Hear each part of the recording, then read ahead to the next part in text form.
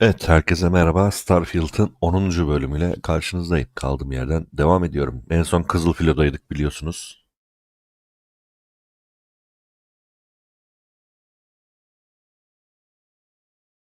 Bu cihazdaki. Bulut save'i sordu nedense ilk defa. O Kızıl Filoda'ydık. Onun görevlerini yapıyorduk. Onu bitirdikten sonra ana görevle devam edeceğim bu arada.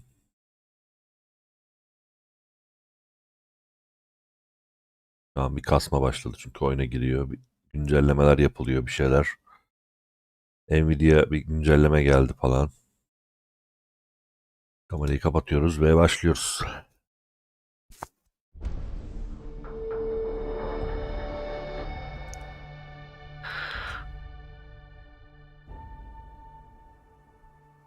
Hmm. Shader gelmiş şansıma. Bekleyeceğim mecbur.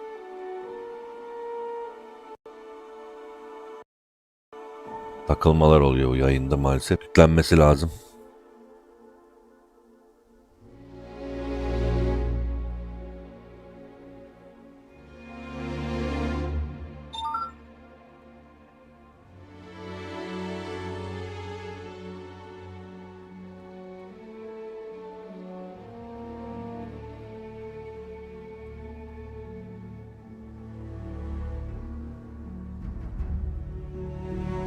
Güzel hızlandı.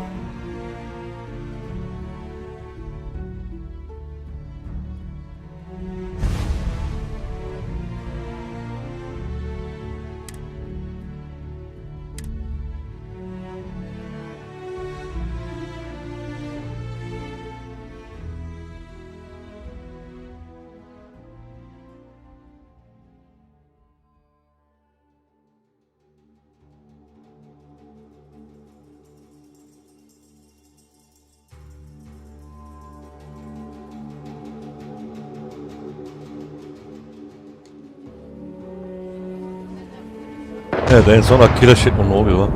Ödüm koptu. Ha şey iniyormuş gemi.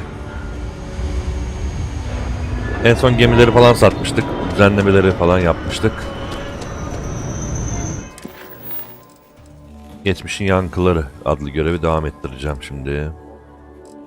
Kızıl Filo görevleri bu arada. Önceki bölümde bakın bunları yapmışız. Bayağı şey. Burada da bir tane var. Bunlarla devam edeceğiz. Kızıl Filo görevleriyle. Görev ilerlemesini bildirmeye gideceğim şimdi.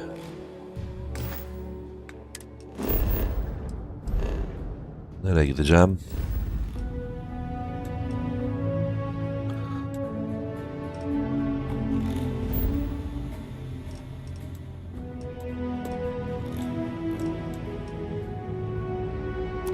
Niye böyle yapıyor anlamadım. Mesela gezegen değil mi o gideceğim yer? Ha yok buraya indi. O zaman yanaş diyeceğiz şöyle. Değilmiş demek ki. Hata bende.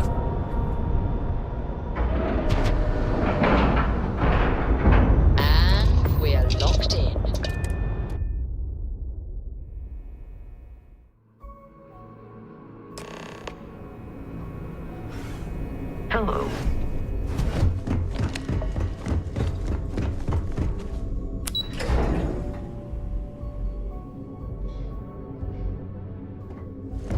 I saw one of the ensigns get an alpha support. You're back. So how did it go?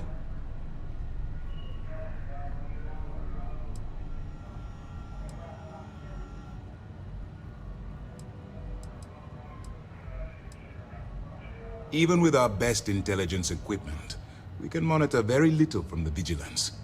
We can pick up local communications chatter and use long-range scans to see where you travel. But when you're on the ground, you're on your own. If we get too close, we not only expose ourselves to an attack, but we might blow your cover, and that could get everyone killed. You stop now. Delgado will make it his life's work to hunt you down and kill you. Not to mention the fact that you could potentially jeopardize the intelligence operatives we have in the field. Lieutenant Toft is correct. I'm sorry, but there is no turning back. That being said, I believe you should be proud of what you've accomplished. I was certain we'd fool Delgado, but never. She's a sharp one. Overcoming her scrutiny is no small matter. Did you discover anything worth reporting yet? Legacy. Why does that sound familiar? Wait a moment. Are you telling me Delgado may have actually located Crix's legacy? I suppose it's possible, sir. Intelligence picked up a bit of chatter on that subject recently. We assumed it was some sort of tall tale or a story to attract recruits to their cause.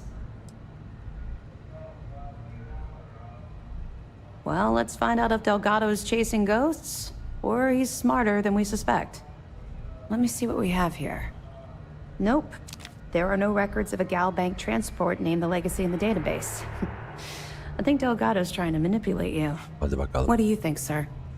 I think there's no record because Gal Bank is hiding something. Delgado's no fool. If he risked his own neck to get that information, then he must be on to something. We have to take this seriously. What's your next move?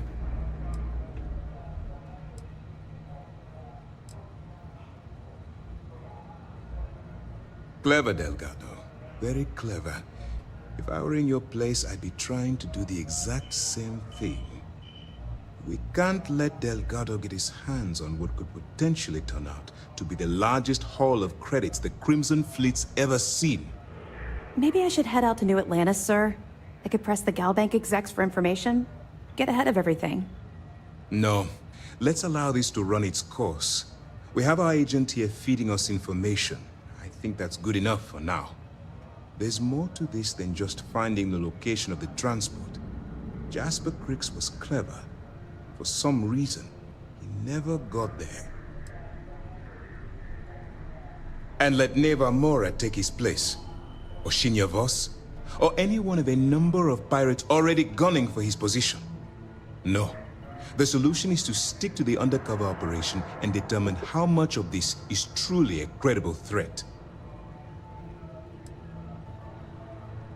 It's imperative that you do. If the Crimson Fleet gets its hands on a transport full of currency, it would be disastrous for the settled systems. I need you to do whatever you can to bring us more information.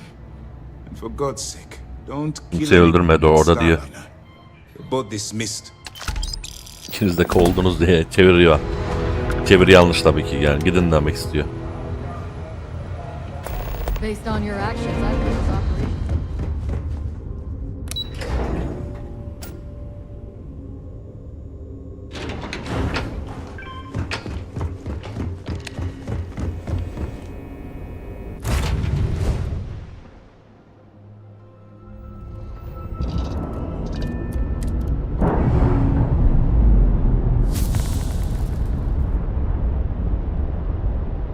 We're free and clear for flight.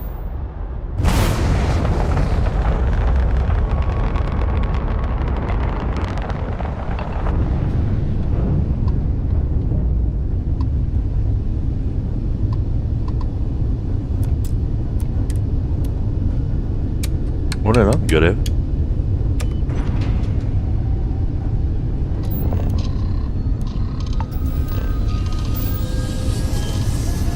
Başka bir yerde peki. Böyle bak daha iyi ya. Haritayı açmadan uzay haritasında direkt seçiyorsun gideceğin yeri.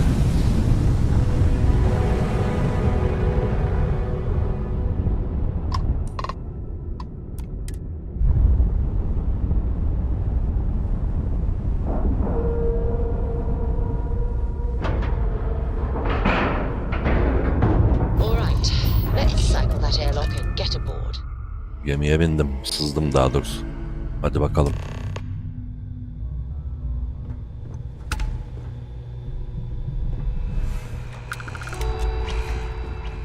It is pleasant to see you. About time you showed up. All right, I want to know what's going on. I've been trying to get Delgado's attention for, I don't know, 3 years now. And what do I get? Nothing but radio silence. Then out of nowhere, just when Neva and I are closing in on a huge score of our own. Delgado orders me to help you out.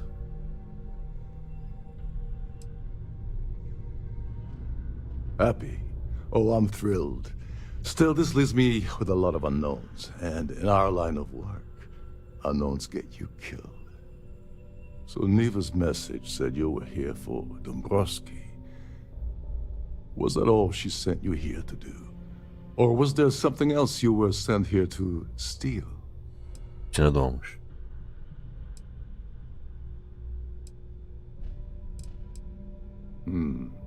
Okay. So why are you targeting a Gall Bank exec anyway? Not exactly your average Crimson Fleet prey. Why the interest? Oh, I see. We're playing this game now. Fine, fine. Well, you might as well turn around and hop back aboard your ship because you're not getting near Dombrowski without my help.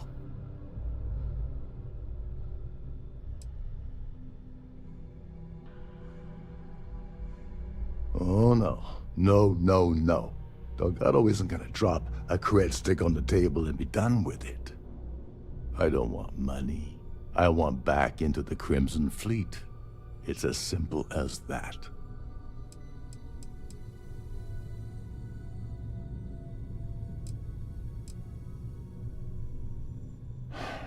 Fine.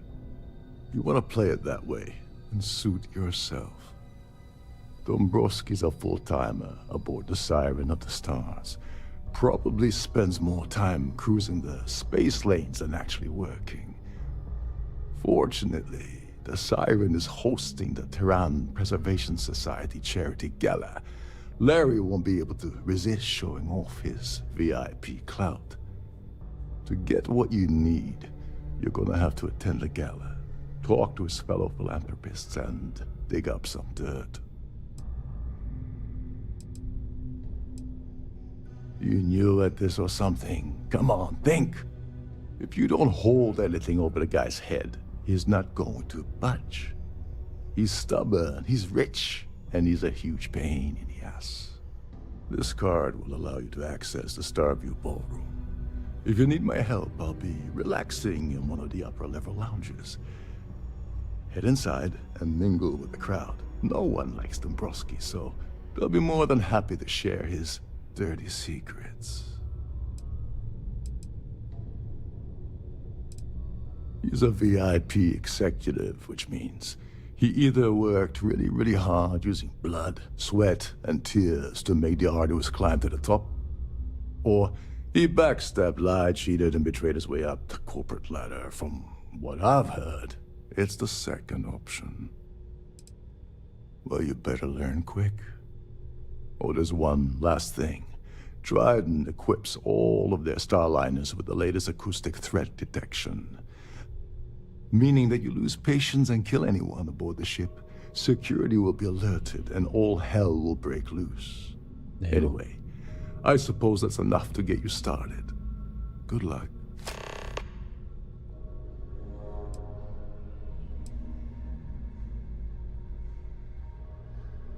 You seriously need to ask.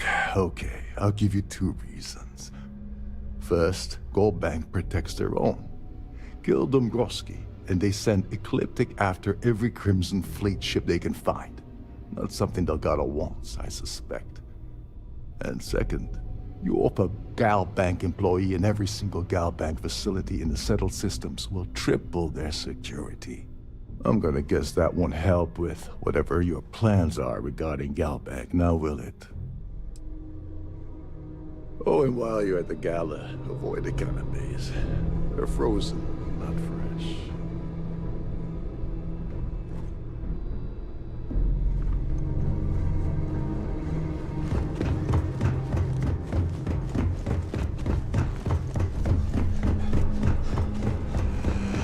Captain Robot's one of the most easy. Karaya nasıl gidiliyor acaba?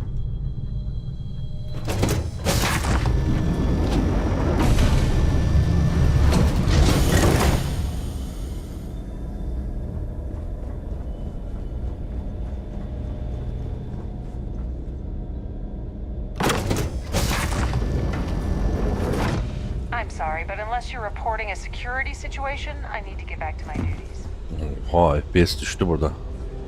I certainly hope they decide to hold all future society events aboard the Starliner. So, what brings you aboard?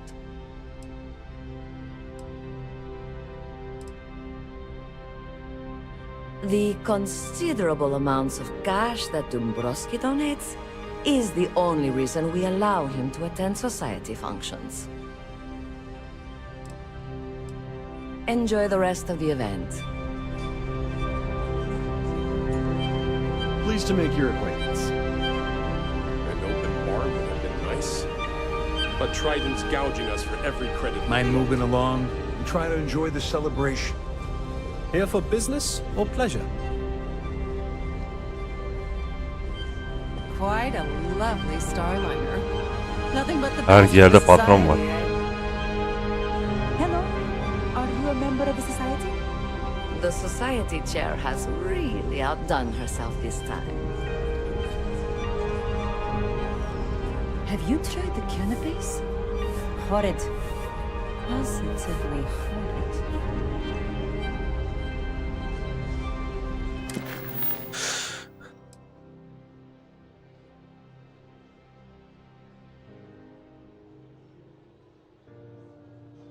Yaklaşmam gerekiyor dedi. Yaklaştım ama.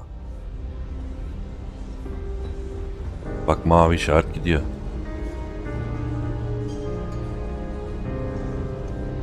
That view is absolutely spectacular, isn't it?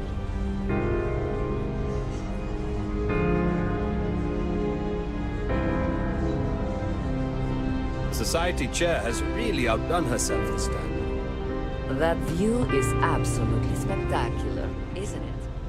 Pleased to make your acquaintance.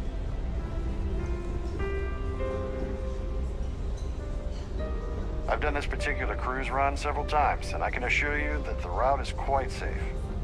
Any complaints about your cruise should be directed to one of the staff. Here for business or pleasure? Quite a lovely Starliner. Nothing but the best for the society. Nerede acaba? What brings you aboard? I certainly hope they decide to hold all future society events aboard a Starliner. We have a range of excursions available at all of our destinations. All the details are in your cabin. Have you tried the canapes? Horrid. Positively horrid. Hello, are you a member of the society? Larry likes to drop overly complex words into conversations. I'm sure he knows that it annoys people, but he does it anyway. Bilmiyor bu da. Nice to have met you. An open bar would have been nice. Here for business Trident's or pleasure? gouging us for every credit Yes, we've got. he's some kind of biliyor. top dog over at Galbank. I heard he replaced someone that was caught running a fake loan scam. Even if I was offered the award, I wouldn't take it. Can you imagine the security nightmare I'd have to deal with? No, thank you. It's a shame that the Earth ended in such a sorry state. But I'm glad the society has the nerve to do something about it. That's all then? Okay. Hello. Are you a member of the society? I certainly hope they decide to hold all future society events aboard a Starliner. The society chair has really outdone herself this time. I heard he uses Galbank's VIP suite on the Siren of the Stars almost monthly. Does the man ever do any real work? Well, apparently the award is so valuable, there's only one in existence. It gets passed to a new winner every year. Could we talk about something else? No. And why are you so interested in him anyway? Well, that was boring. Başka kimle konuşabilirim ki bilgi için? An open bar would have been nice. But Trident's gouging us for every credit. Can we do this later? I'm busy. Sorry, I'm busy. Maybe we'll talk another time. Have you tried Pleased the to make your canapes? acquaintance. Horrid. Positively horrid. His behavior towards women is abominable. That man really ought to be ashamed of himself. I've already told you everything I know about him. Don't forget to donate to the cause. Quite a lovely Starliner. He's been spending a lot of time with Claudia Swist. Quality time, if you catch my meaning. I'm certain his wife doesn't know a thing about it. Bilgi buldun mu? Ha, buldum valla. Öldür yerini. Well, that was boring. Tamam, ipucu buldum bak. Karısını aldatıyor galiba. Don't forget to keep your Starview pass handy at all times, or you won't have access to them.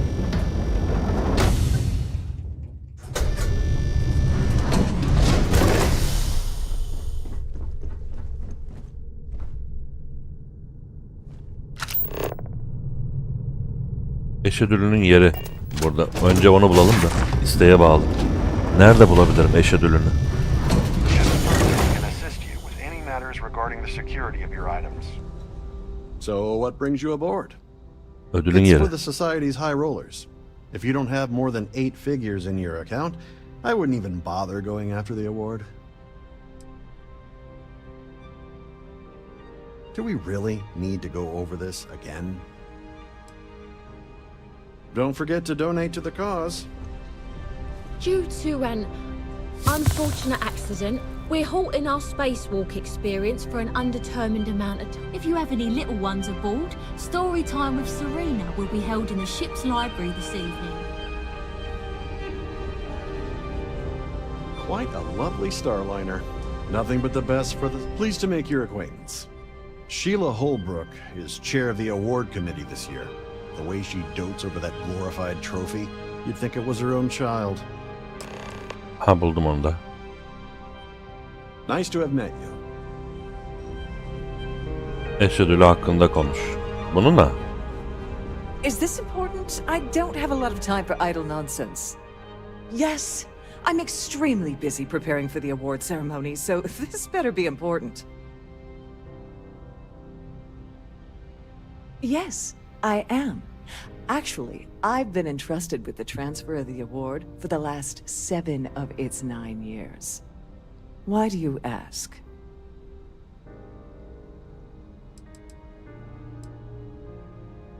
During my tenure? Oh, certainly not. There was an unfortunate incident where my predecessor attempted to sell the award to the highest bidder, but that was quickly resolved. Needless to say, they'll be spending the rest of their life in a UC prison. Well, the Earth Savior Award is one of a kind. The Blue Diamonds alone are irreplaceable.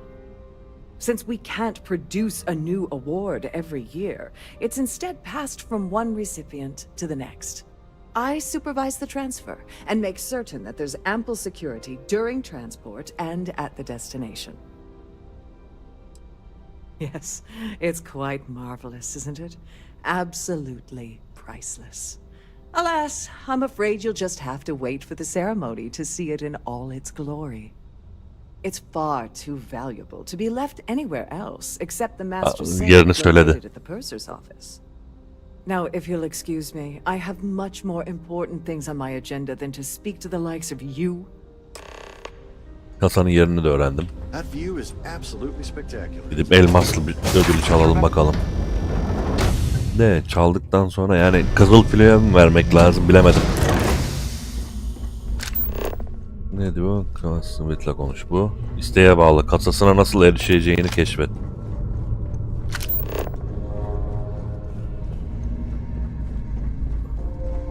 Aşağı mı inmem lazım?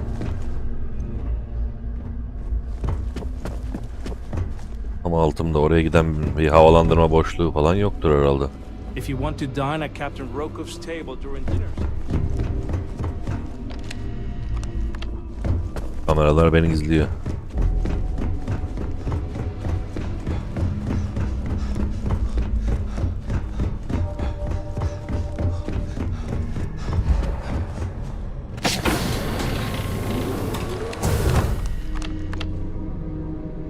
Please let me know if your voyage is unsatisfactory in any way. Welcome to the purser's office. I'm Chief Purser Murata. How can I be of assistance today?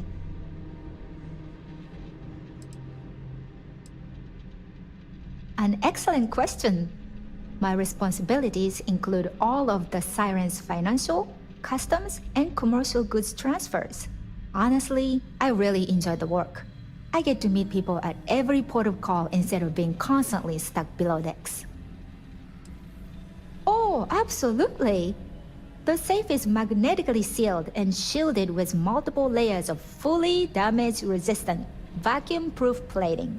In the unlikely event our vessel is boarded and the threat detection alarm is triggered, the safe will be permanently sealed until it reaches port. In the even more unlikely event this ship is destroyed, we can assure you that your loved ones will be able to recover your goods from the wreckage. So, as you can imagine, your property will be completely secure until you decide to retrieve them from our safe.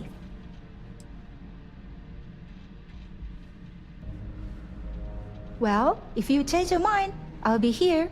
Have a wonderful trip.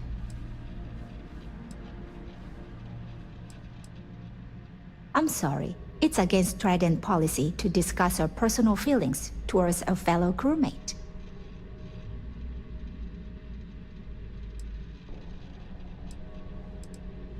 I don't want to lose my job.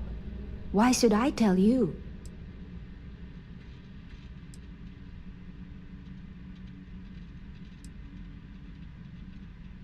I don't have time for this. I hope I can trust you. Sorry, but I can't. I appreciate your interest, but I'm forbidden to disclose any personal information.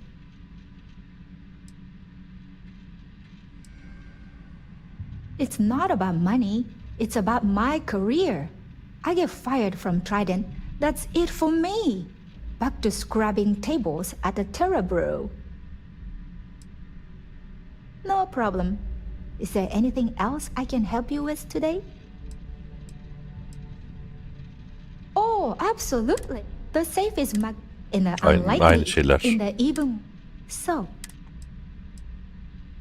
an excellent, my responsibility. Honestly, don't forget to tell your friends how much you enjoy the cruise. Kadını ikna edemedim ki. Anahtar gerektirir diyor.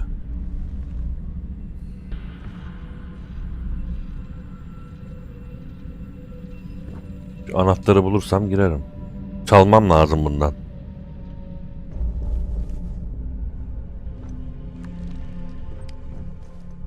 Manipüle etsek. Sosyal. Yetkinleştir. Kalkıp oraya gidecek mi bakalım.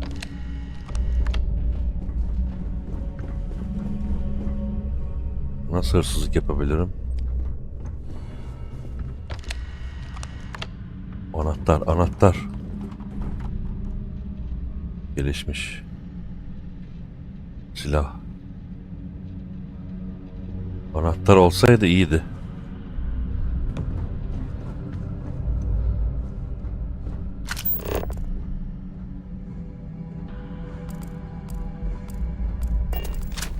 Glad to have you aboard.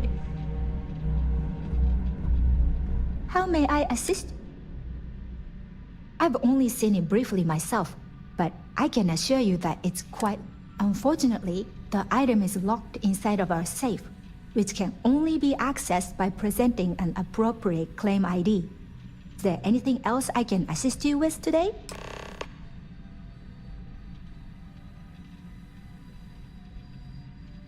Please let me know if there's anything I can do to make your stay more comfortable.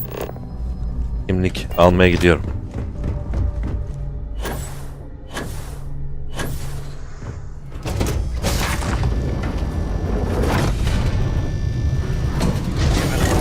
Remember to return to your cabin in a quiet and orderly fashion. Must you continue these unwelcome interruptions? I'm a very busy woman. Excuse me? And why in goodness name would I do something as foolish as that? İkna et. And why in goodness name would I possibly agree to that ridiculous demand?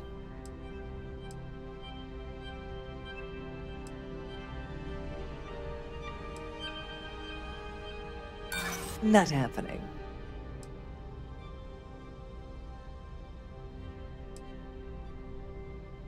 Maybe.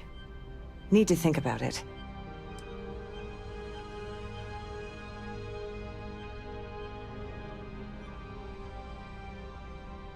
I think Aha. you may be right. İkna ettim lan. Oh, just take the damn thing already. Listen, maybe you can keep this between us.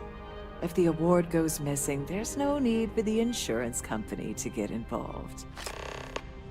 Aldım vallahi kartı. Please remain in designated pass. Vallahi bakalım başımıza neler gelecek bilmiyorum.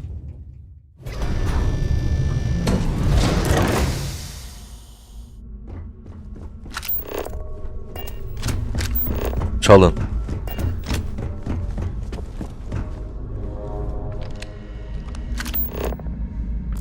Merhaba, sen şöyle bir gelir misin?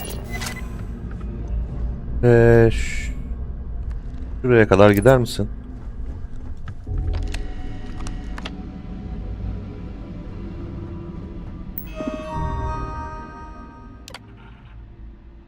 Kapıyı açtım vallahi. Çabuk geri gelmeden önce hızlı vaktimiz tükeniyor. Hırsızlık yap.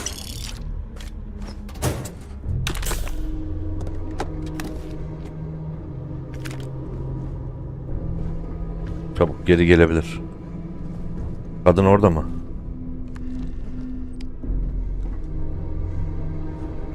Kadını oraya gönderdim.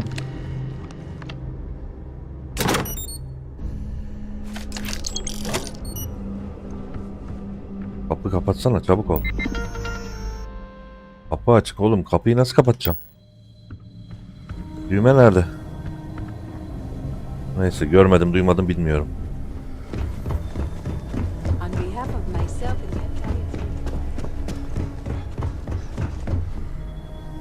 Sorry, do I know you? Okay, wait, are you seriously... are you trying to pick me up? Look, I appreciate the compliment, but I'm already seeing someone. And my partner doesn't like Al işte. competition. He gets very jealous.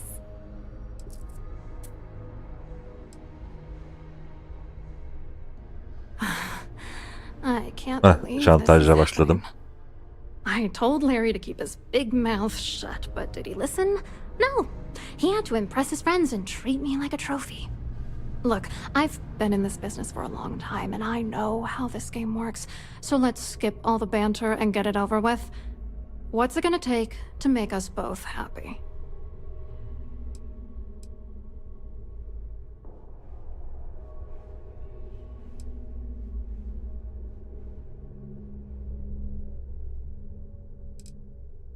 You're not very bright, are you?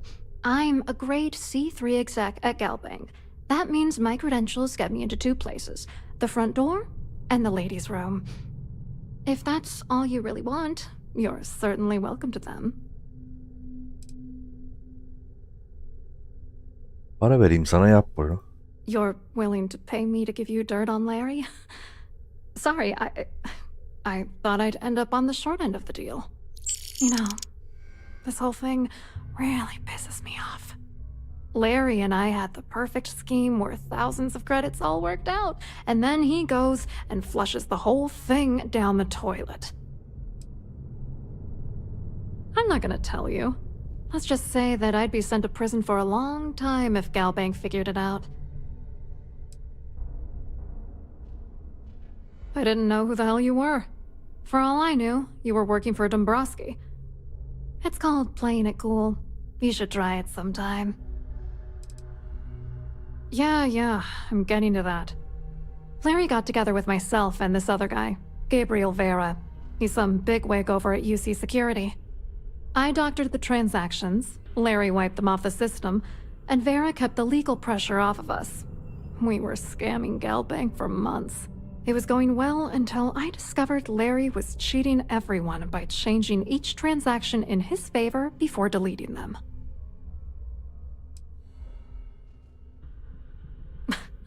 You won't do that.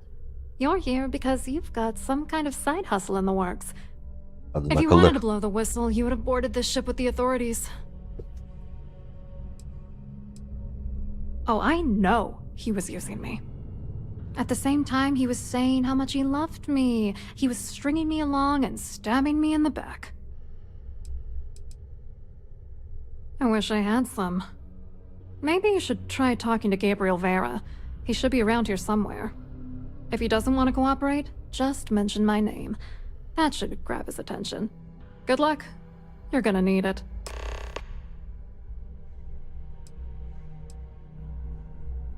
I hope you hurt Dombrowski. Nail his ass. Hadi bakalım.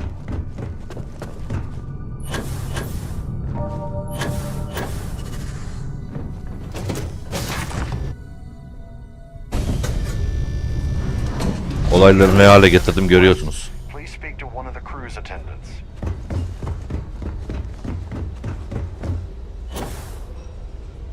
You look a bit lost in these surroundings.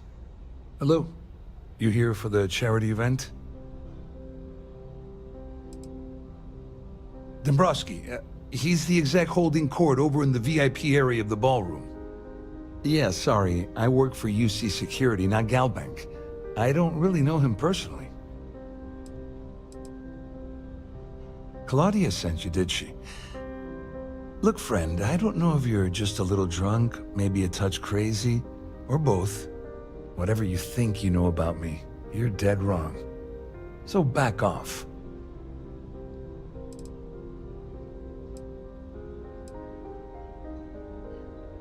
Worried? Why should I be worried? Anything you try to report will boil down to your word against mine. And since I work for UC Security, who do you think people will believe? Olmadı. İsteğe bağlı. Öldür. I certainly hope they decide to hold all of you. Hadi bakalım.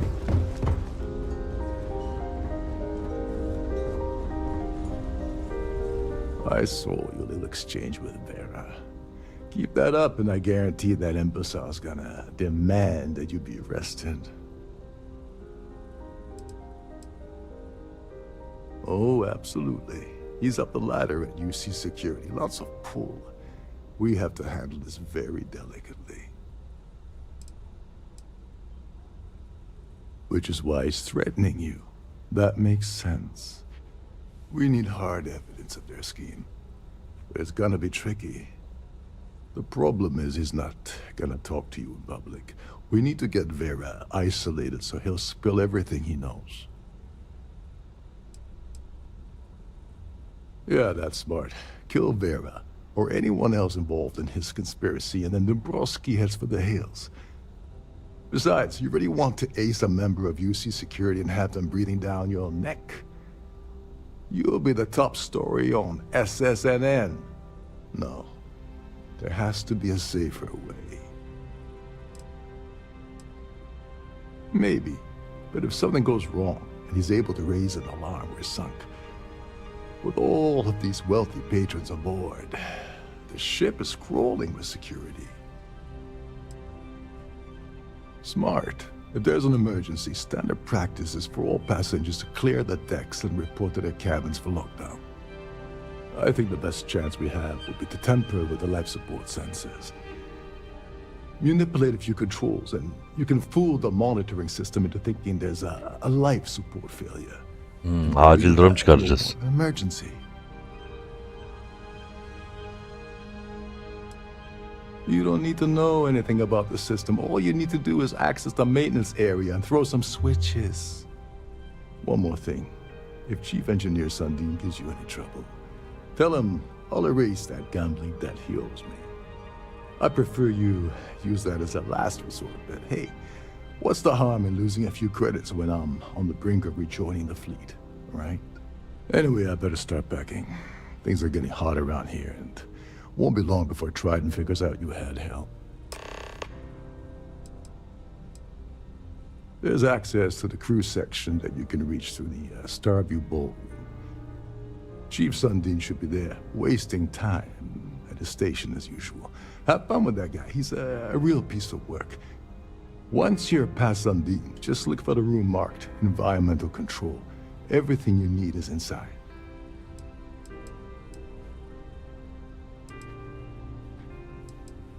Go do something useful, okay? Hadi bakalım ne olacak şimdi. Here for business or pleasure?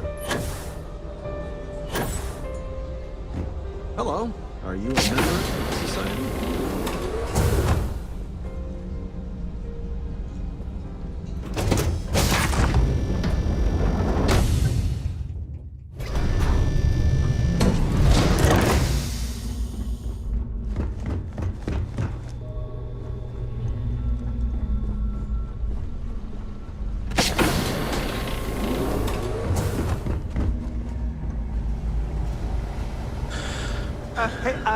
Hold up.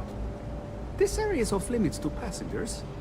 Wait a second. You're Captain Rockov's guest, right? Didn't expect to see you down here. Sorry to give you trouble. What can I do for you? Yeah, a little. A few of the techs call this deck a dungeon. I think you can see why. Not exactly Starliner-class comfort down here. Don't get me wrong. The quiet gives me time to gather my thoughts, catch up on work, and all that, but I'd rather work on the bridge. I'm the Siren's chief engineer. That's right. Of course, this beauty. Unfortunately, that means there's... Bir dakika, geri gidemiyoruz mu? Bu aşamada giremiyorum. Oh, sorry, that area is off limits. No exceptions.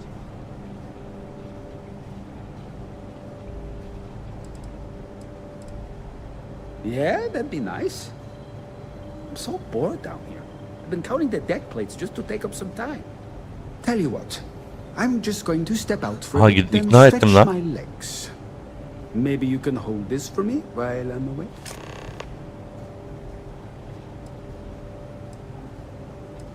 Whatever you do, don't break anything, or I'll be out of a job.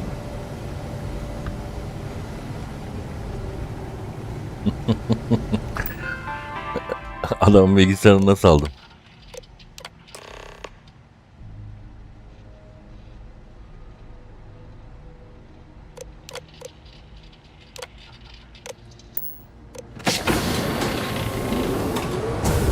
Çabuk olmam lazım.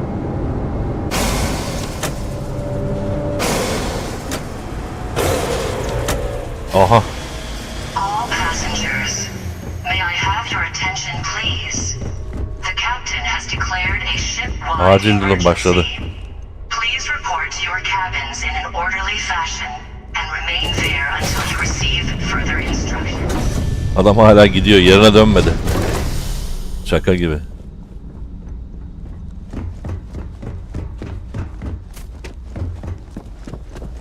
Acil durum başladı. Kimse kalmamış. Ama bu kapıları nelerse açabiliyorum. Saçmalığa bak.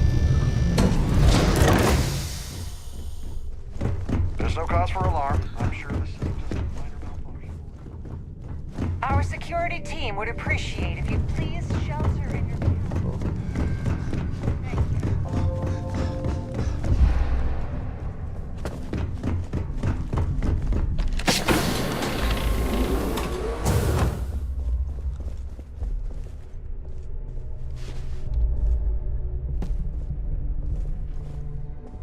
I was wondering if you were the cause of the ship-wide emergency.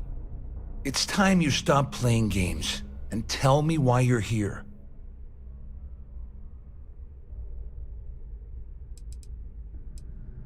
First of all, you're in no position to demand anything. There's no way I'd possibly incriminate myself by handing over the evidence.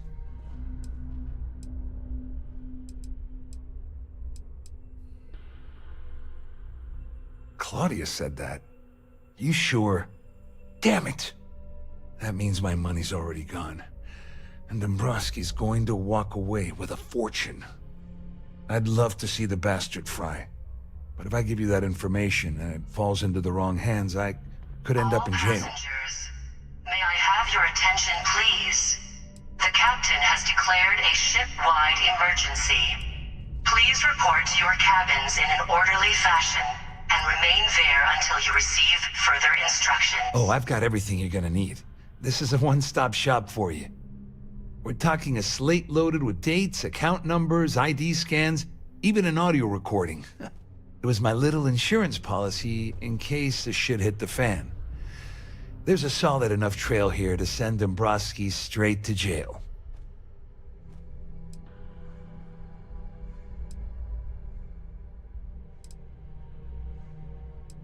What the hell? Eyvah.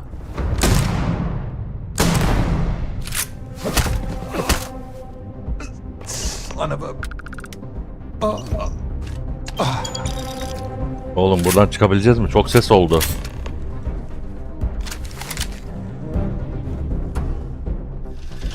Burası nereye gidiyor?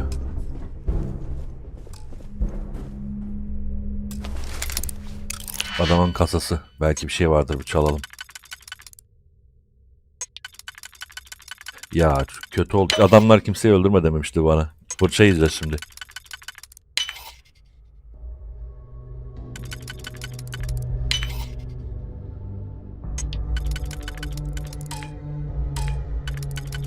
Eyvah, oraya uymuyor. Eyvah. Kaç para bu? 1000. Aldım onu da.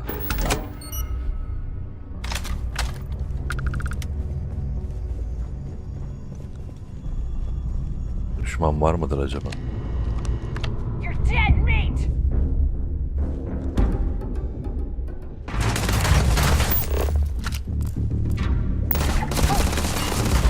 Sosyale bastım.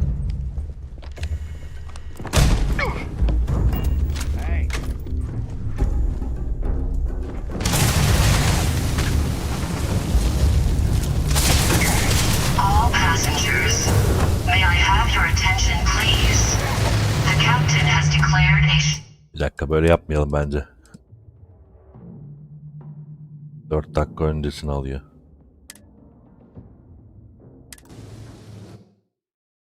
Böyle yapmayalım, vazgeçtim, dur. Ya adamı para vereyim bari. Adamlar kimseyi öldürme dedi, ben dağıttım yine ortalığı. Baştan başlayalım.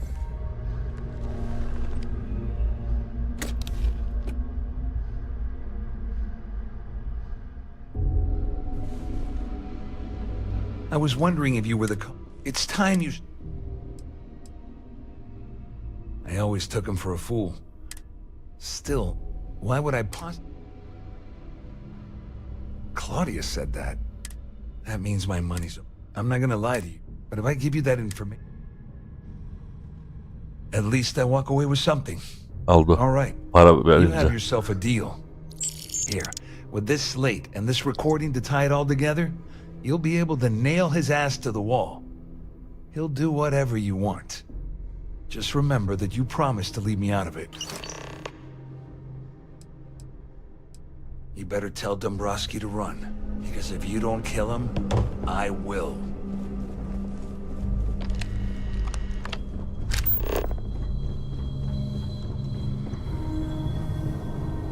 All passengers, may I have your attention, please? The captain has declared a ship-wide emergency.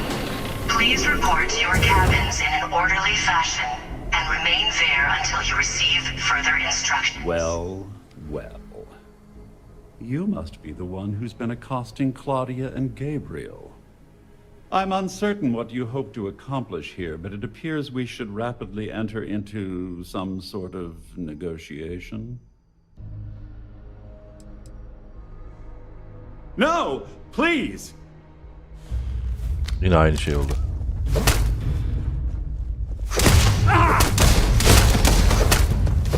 Ulan ses oldu ya.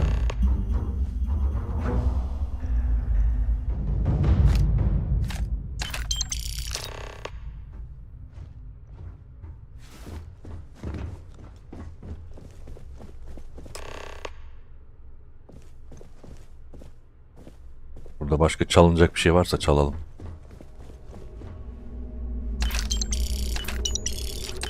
Adam o kadar para verdik, geri alalım. Uzman mı? Uzman istiyor, bende uzman yok. Burada bir şey yok, tuvalet var sadece.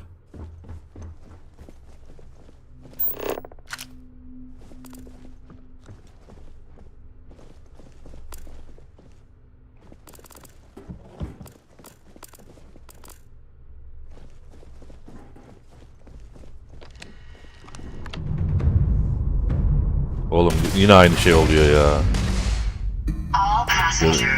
Güvenlik oldu yine durumu.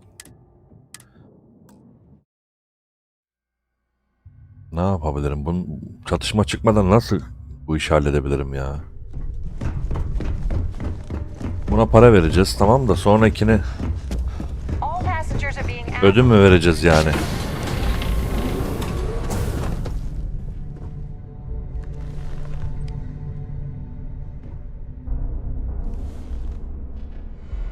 I was wondering if you were the It's time you...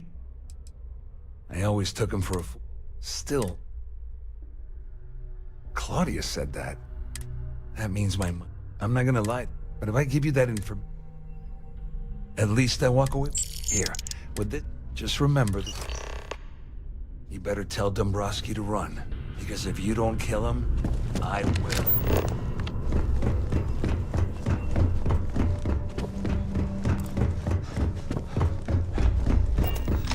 Kaydet. Devam et. Well, well.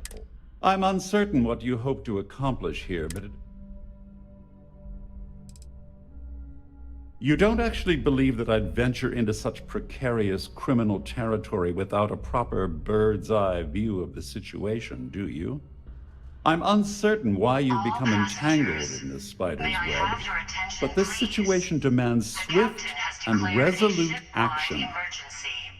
Please report to your cabins in an orderly fashion and remain there until you receive further instructions. Au contraire, my misguided friend. First, it's clear that you've obtained insider knowledge of my arrangement. And second, I'm going to hypothesize that since we're speaking and I'm not at the reporting...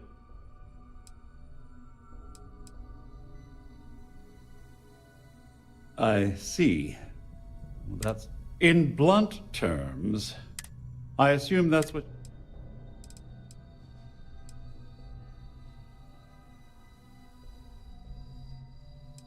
Well, I'm surprised you even posed that question at all. The last thing I'd want to do at this point is... Obviously, that wouldn't be my preference. Though, Larry Dombrowski will be... Oh, it was actually a rather easy... It's the only thing of significance. It appears we've reached an accord. Oh, of course I trust you'll... Now, if you'll excuse...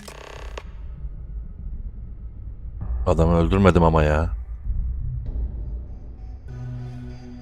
Adamı çok sessiz bir şeyle öldürmem lazım benim. Kılıç mılıç gibi bir şey lazım buna. Öldürebilirdim aslında.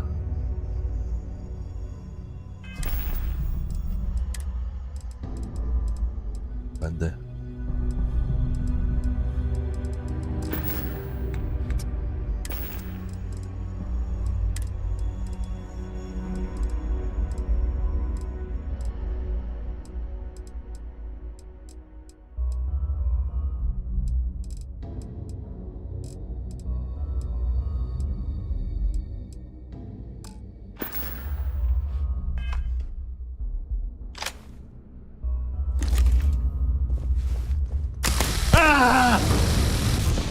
No. Aa, ses oluyormuş. Please. All passengers, may I have your attention, please? Ses oluyor mu diye bakayım dedim. Oluyormuş. Pekala, bu noktada bir çözüm bulmam lazım. Sessiz bir şekilde bu adamı öldürmenin bir yolu yok. Benim anladığım o. The Siren of the Stars is now in emergency status. Please remain calm and proceed to your cabin.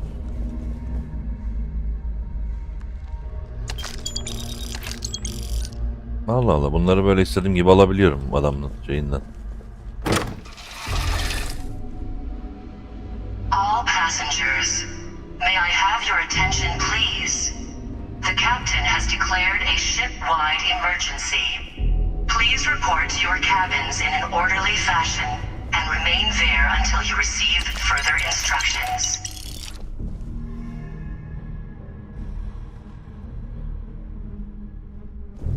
Nasıl sessizce öldürebilirim ki?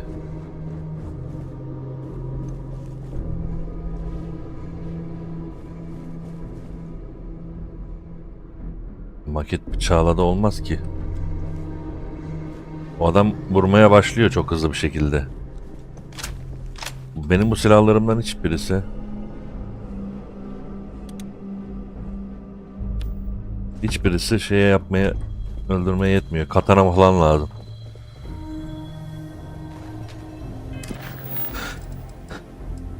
D'ye bağlı öldür diyor.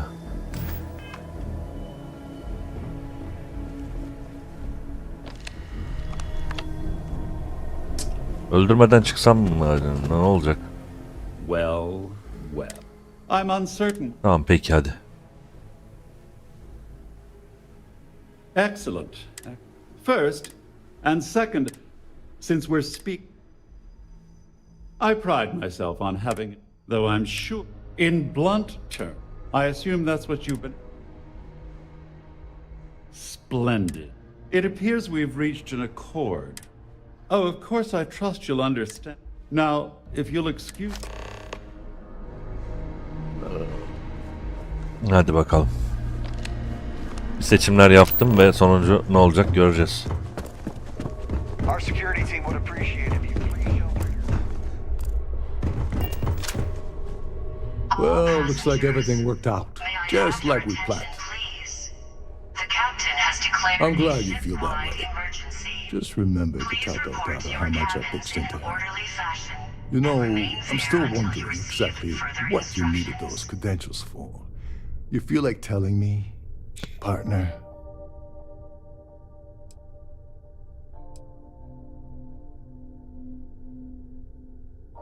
Ah, so he told you to keep it from me. I see. I wouldn't want you to risk your position with the fleet like I did. Anyway, I suppose there's nothing stopping. I owe you one, Doverbeach.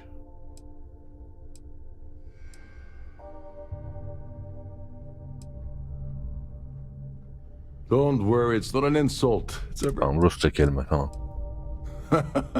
Don't worry. Well, I suppose this is where we... Yine Atlantis'e dön.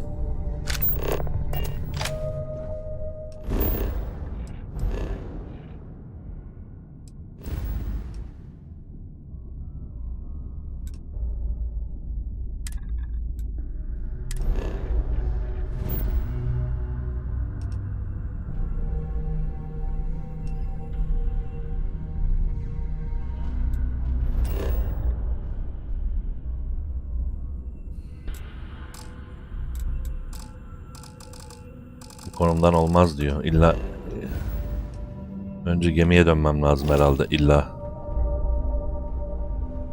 böyle yapınca olmuyor. İlla oraya gitmem mi lazım?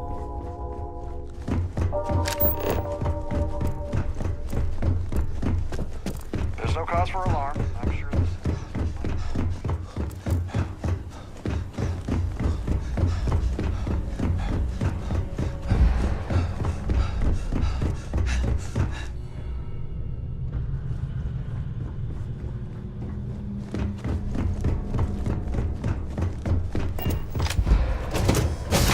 Lan balans alanı orası.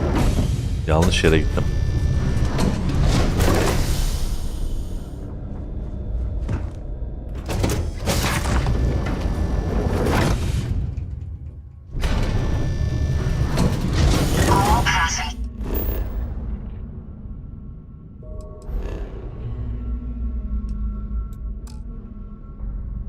Peki buradan illa ben böyle kendim bulacağım yolu. The captain has declared a ship-wide emergency.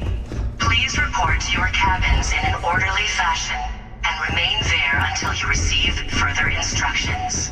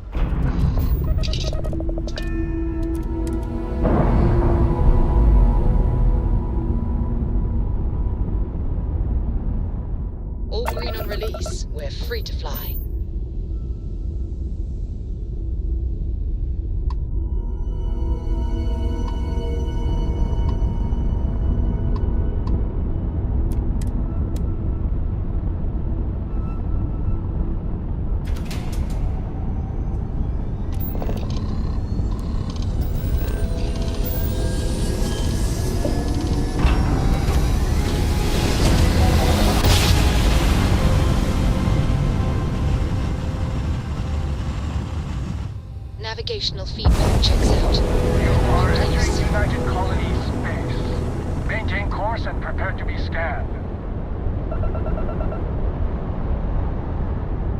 Scan.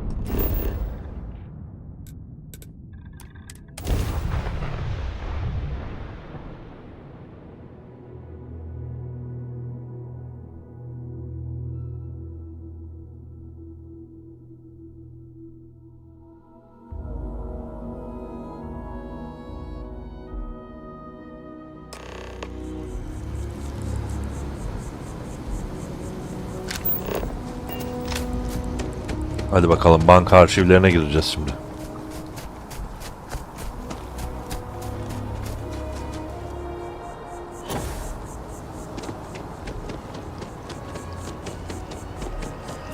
Attım eşyalar hala burada. Bakar mısınız?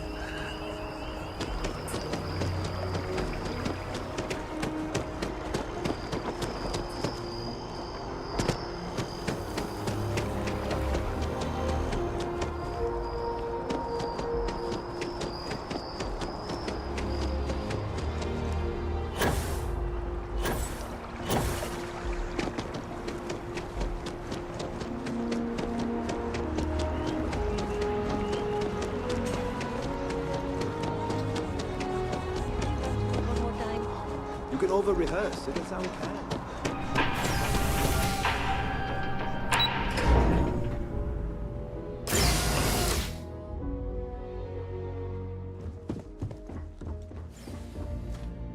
Hello. Welcome to the Galbank Archives. May I see your credentials, please?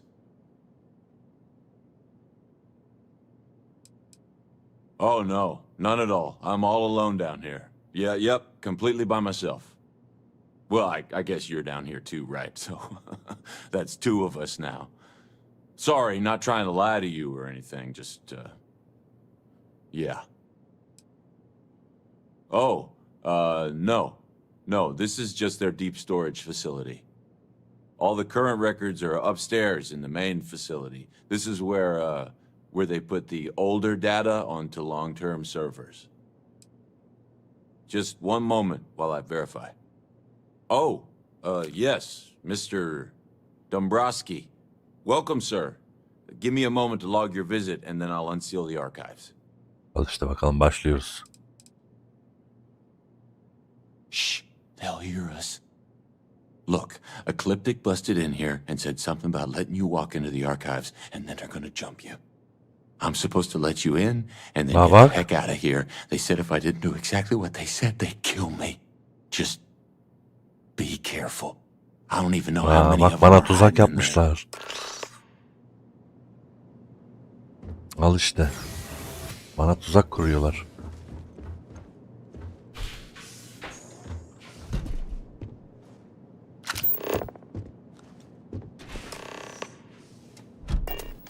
Bu suyla başa çık.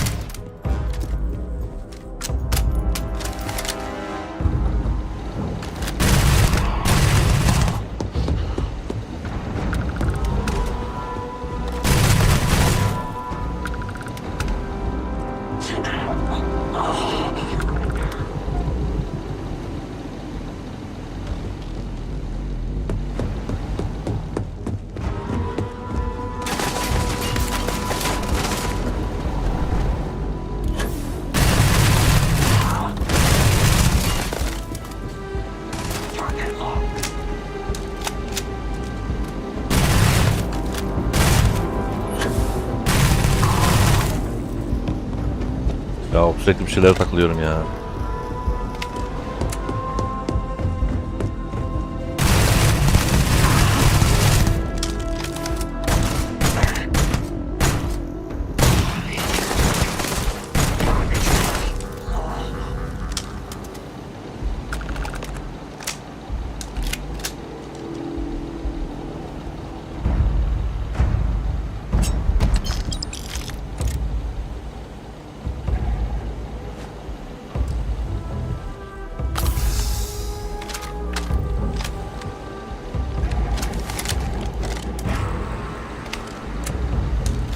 Önce bir loot yapalım da.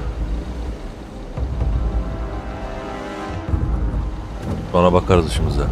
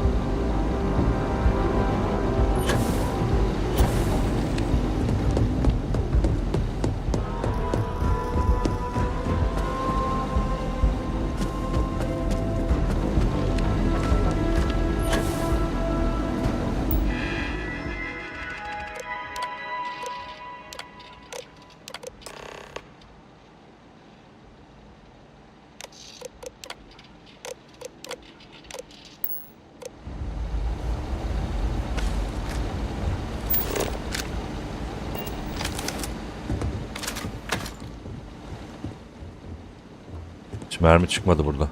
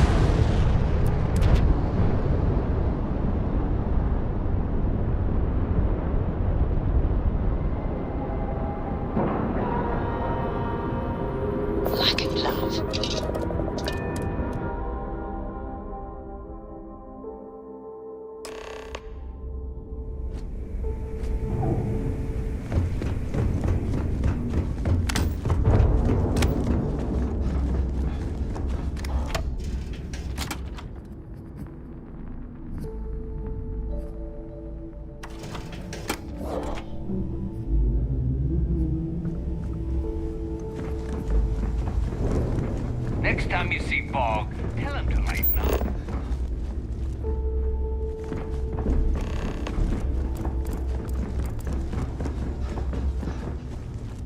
You wanna kick back? Avoid the last Nova. Bog's in the front. That is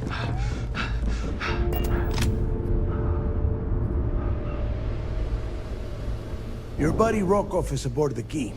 Told me everything that happened. Yeah, he won't shut up about you. Keeps going on and on.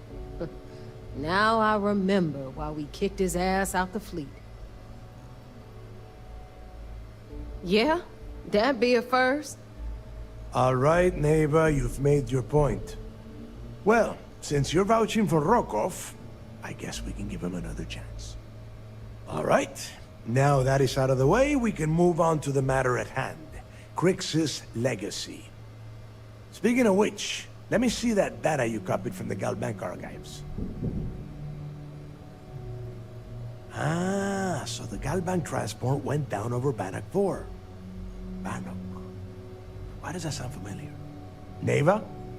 Yeah, keep your panties on. I'm looking it up. And I got it. Bannock 4. Let's see. Damn it. Bannock 4 is an EM-class gas giant. We can't even get a ship near the thing without frying every circuit aboard. Don't know that one, huh? Well, pick up your pencil. There's gonna be a test on this later. EM-class means the planet is giving off a ridiculous... Tamam, anladık. Fly your ship anywhere near one of these death traps? Yeah, Rook. Just like every other time we've gone on this worthless treasure hunt. Both of you shut up and think for a second. I'm sure Creeks hit the same roadblock. All we need to do is figure out how he got around it. This sounds like a goddamn waste of time to me.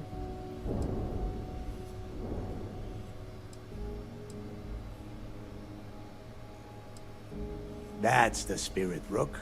That is the essence of the Crimson Fleet that has been slipping away lately. Neighbor, the Galbank data says the transport had a CBR-27 transponder. Can we track that kind of thing? Pinpoint its exact location? That transponder is military grade. We're talking ultra-bit encryption, constantly reshuffling frequencies. We don't have shit like that laying around. But before you get that pissy look on your face, I heard that the UC's been working on a ship signal decryption system called a ComSpike. We grab that little beauty, and we'll be able to track anything you want. All right, here is the plan, so shut up and listen. Rook, I want you and Neva to put your heads together and get us that ComSpike. I don't care if it's mounted at the top of mast. I want it. In the meantime, I'm going to find out more about this EM-class gas giant problem. And I think I know just who to ask. Give me a little time to crunch the numbers on the ComSpike with Jazz, and I'll point us in the right direction. Best we can. What are you, 5? All right, that is enough. We are in arm's reach of Crix's legacy, and I don't have time to deal with this kind of bullshit.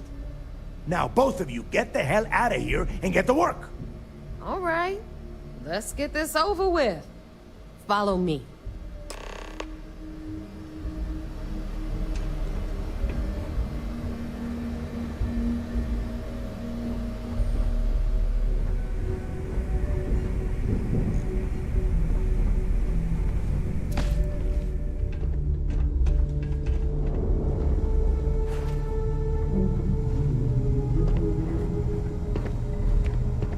As long as you put the fleet first, we won't have any problems.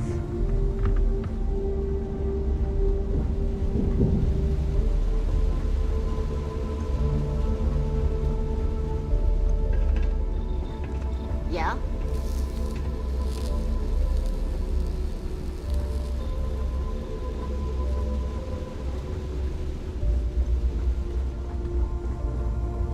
Is Mina seeing anyone right now?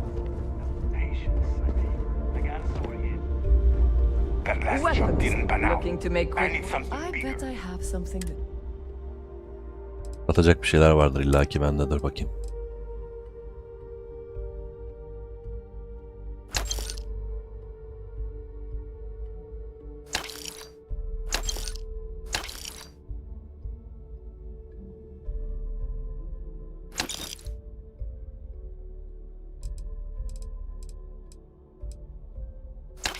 Lan bende alamala varmış.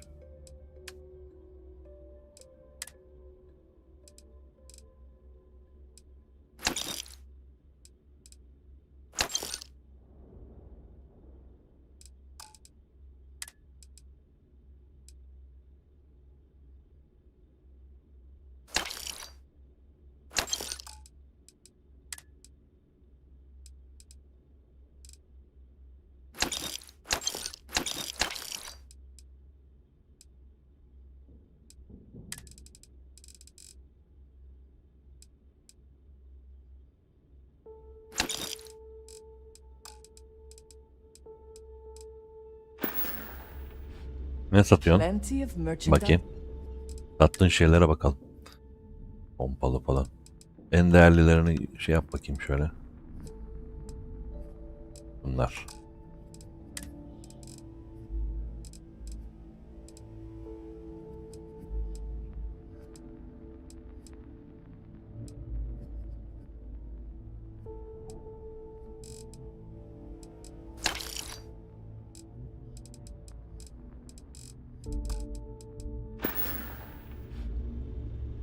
All right.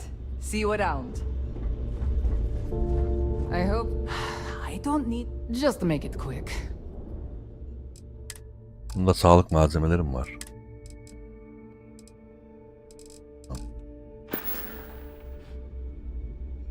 Oh, bye, I guess. You want us? The right protective. Let's get you set up.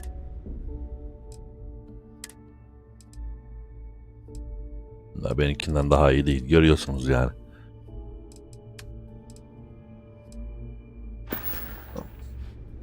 I'm here if you need me.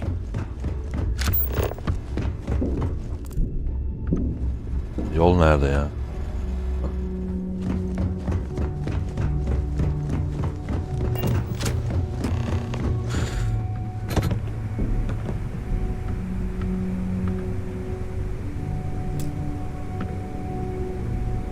All right, let's get right to it. Did you get the Earth Savior Award, or am I gonna be very disappointed?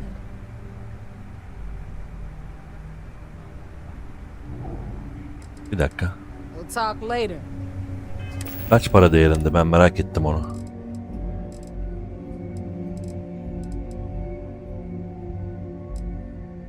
$65.000. Ben niye vereyim ki bunu şimdi? Hı? Niye vereyim?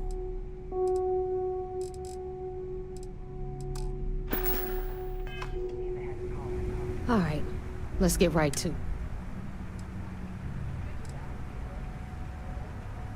Well, that's because you'd be absolutely right. You see, everyone above you in the fleet is making more than you are off the same gig. That's why we're all fighting our way to the top. Vallahi Understood? Good. Now, you might want to hand over that award before I have you tossed off the key. Just a thought.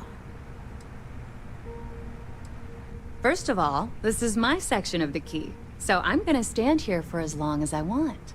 Vallahi ben bunları ısınamadım, biliyor musunuz? I know all about that award and Şimdi değişik bir şey yapacağım ve 65.000 liralık Just throttle down. o şeyi vermiyorum. Al, vermiyorum. You couldn't find it. Wow, Rook. Just wow. You had one simple task. Bring me the award. That's it. It's so easy. I could have gotten Jazz's Model A to do the work. Well, congratulations. Not only did you miss out on the award cash, you're also gonna take a hit from your regular pay. That's how things work around here, so you better get used to it. All right, Fleet? We've all got work to do, so let's get to it. Maaşımdan kesmişler sözde. Umurumda mı benim? Değil. Here to upgrade that ship of yours? Aa, gemi servisiymiş bu. You might think it's funny. So, once again, I'm Jazz, like Neva said.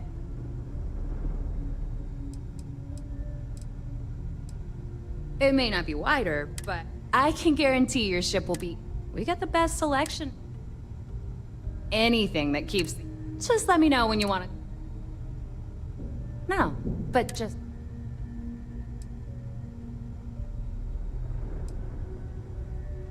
Sure.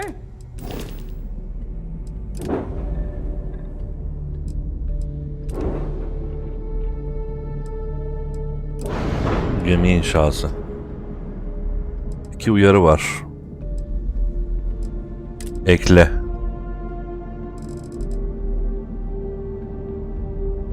En değerlilerini listelesene bana. Listelenmiyor mu? Aa, Z'ye basınca ne oluyor lan öyle? Aa, görüntüsü değiştiriyor.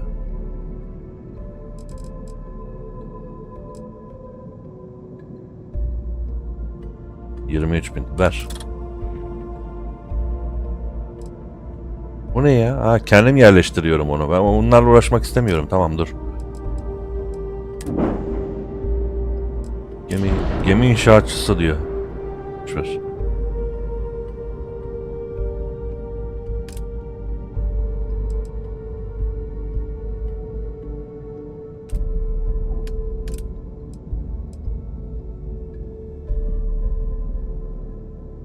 Bunu takıyorum ama V1 gidiyor. Buraya beyaz cüce motoru.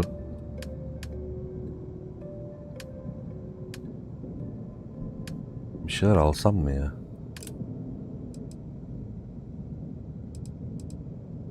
Ben bir alayım.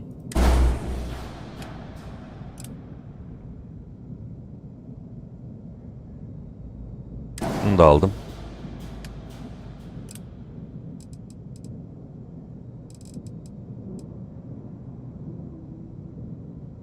Otomatik top. Şunu aldım.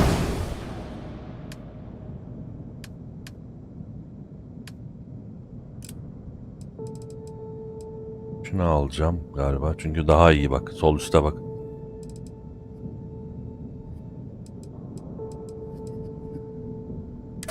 Şu 3 numaradaki sistem neyse onu bilmiyorum, satın alabilir bir şey mi? You've got stuff to smuggle. I've all business and no. And I need your cash. It's a match made in heaven. Benim aslında hiçbir şey almamam lazım. Bunları almam lazım benim. Ama bende 65 kaldı. Kızıl Filo hayaleti.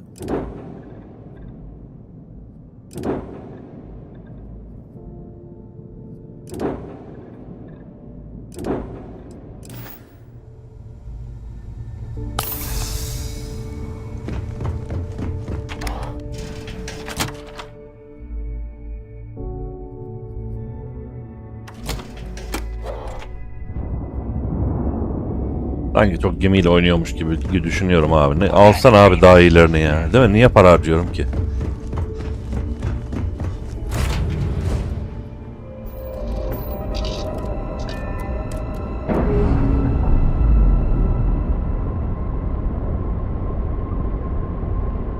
Nice. Clean set there.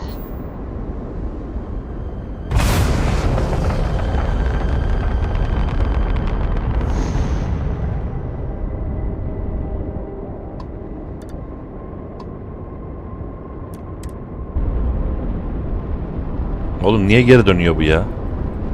İleri bastım ben.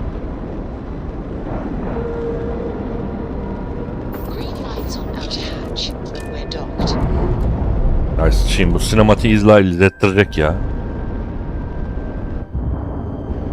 Pressure normalizing. Undocking complete.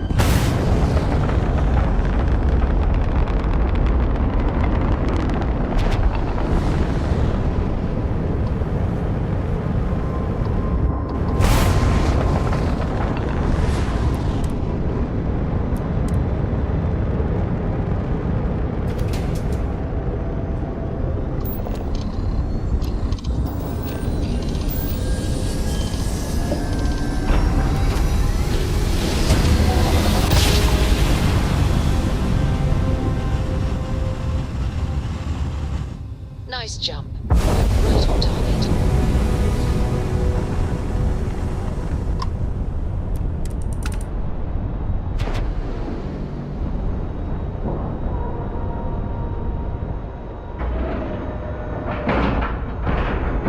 We have a clean dock. Right on the money.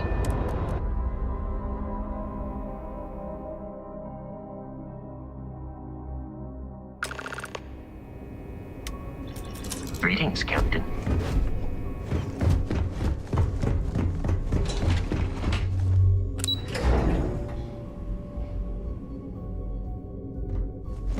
Do what Commander Ikande says? Early reports say your mission on the Siren was a success. I'm sure the commander is pleased. So I heard there was a bit of excitement on the Siren of the Stars. Your handiwork, I assume? Yes, and I heard there were no casualties. Evet, bak senin için yaptım ha. Excellent work.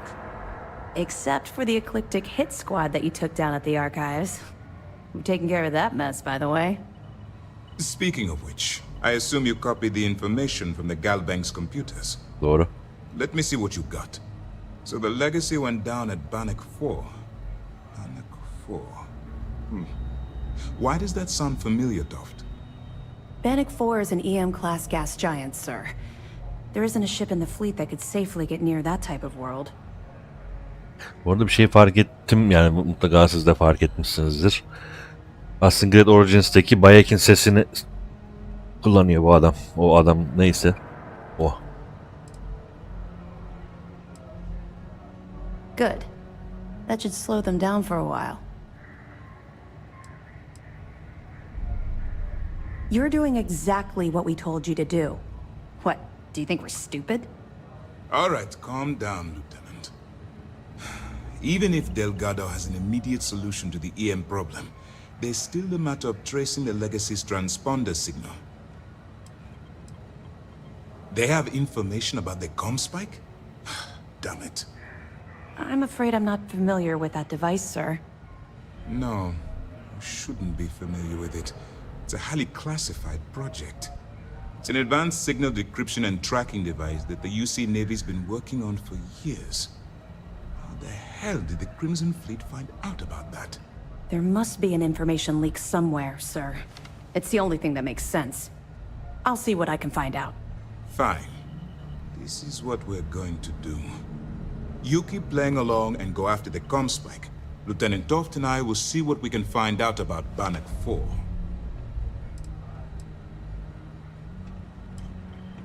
Perfect.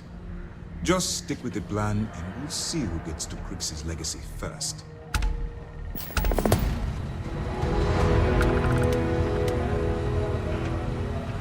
Okay, hello. Hey.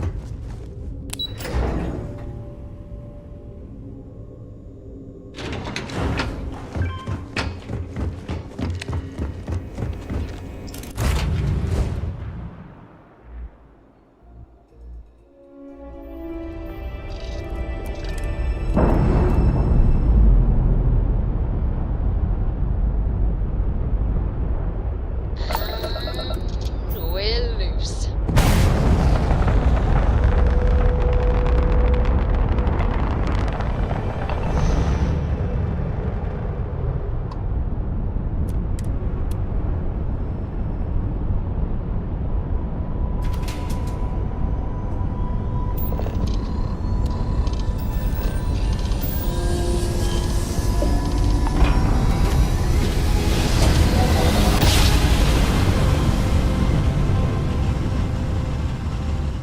Grav jump complete.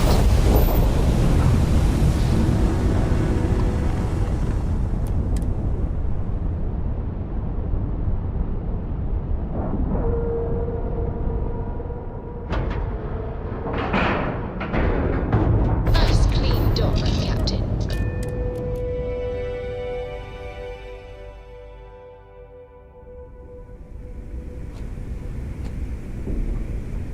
Gemiye bırakmak istediğim bir şey var mı benim? Merak ettim. Bunlar çöp zaten. Bunlar notlar.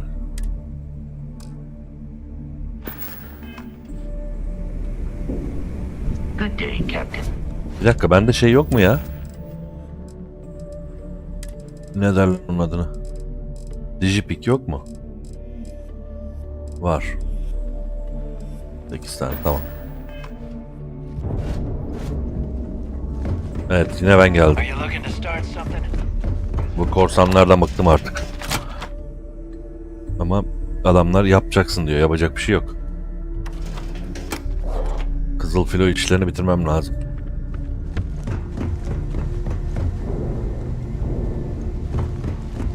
All right, Jazz. What do you got? According to the latest, the comm spike is being developed at UC Star Station SY-920. Location undisclosed. Fantastic. So how do we disclose it? We could lean on your smuggling contact. Call in that favor. You know who I mean. Our friend on Jimson. Nice one, Jazz. I'll make the arrangements. All right, Rook. Next stop, New Atlantis. Your connection is Juan Dayu. She's got most of the premium UC smuggling routes locked down tight. If you don't piss her off, she should be able to sneak you past SY-920's security. Just remember to count your fingers after you shake hands with her. You're in the fleet. You should always Come on, Bear. as far as Juan goes. I sure hope so. Because she might be our only crack at finding a decent decryption device. Once Juan gets you past the guard dogs, it's gonna be on you to locate the comm spike. According to the data we have, it's in the prototype phase, meaning there should only be a single device aboard the station. Basically, you break it, you bought it. Unfortunately, I have no idea. Once you're inside SY-920, with any luck, it'll point you the right way. Oh, and one more thing. SY-920 is a UC military installation. That means it's guarded by heavily armed troops. And we both know those idiots don't mess around. If you intend to turn the place into a shooting gallery, you might want to be sure you're hauling an arsenal. Eyvah. Because you're gonna need it. Are you kidding? The UC's already painted giant red crosshairs on our backs. Keyway and his pals at SysDef won't rest until we're dead. It's not like you can make them any angrier at us, right? Shoot the place full of holes if you want. Just bring back that comm spike. Perfect. That's what I like to hear. Okay, so I'm gonna arrange a meeting with Juan at Kay's place. In the meantime, I'll make sure Jazz... Okay, you'll make sure? Privileges of rank, my darling. And you, get the hell out of here. And don't come back without that comm spike in your cargo bay.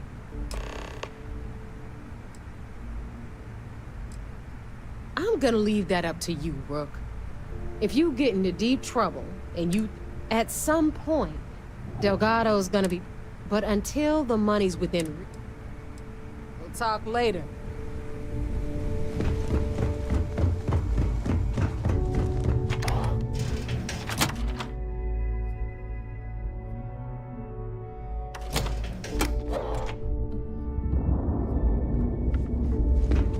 Yeah. Hello, Captain.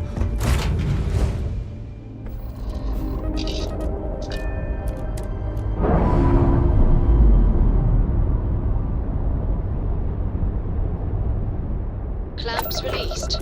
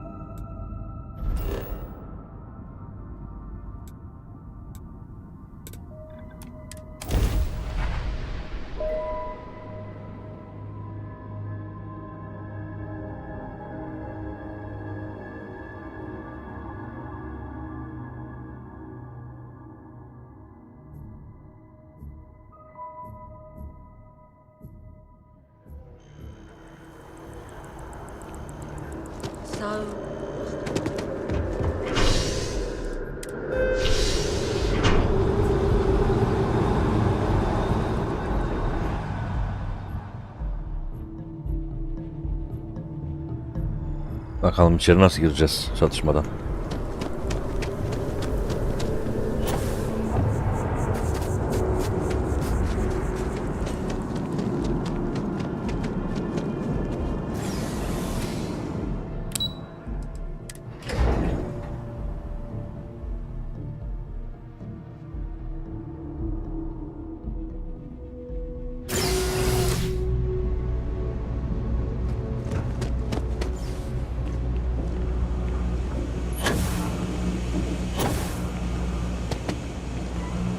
Ya sıkıştım buraya.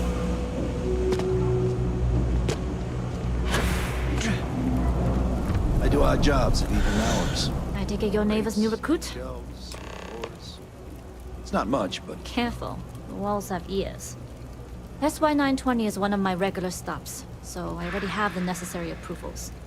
Neva says you're after a piece of UC tech. So to get it, we're going to need to get you on board. I can do that, but I have conditions. Good. If I can be candid, for this job to work, we'll have to do this my way. we take my ship, and you're a member of my crew. But make no mistake, once you board, the risk is entirely yours. This route is highly lucrative, and sacrificing it is not an option. Sorry, but I work with professionals only. If you're going to start a fight, you're on your own. In any case, when you're ready, meet me at my ship. It's the Jade Swan. And make sure you're prepared for the long haul. Once you're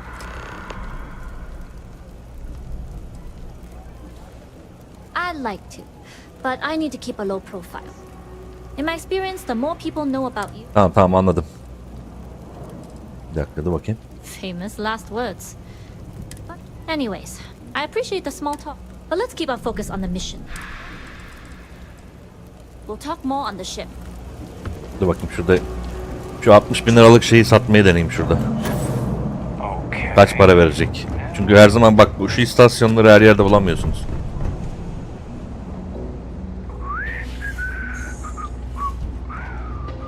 Welcome to the tree. If, however, then I'm afraid you'll find... So... Then my disclaimer... Please, you won't find a better... Sat.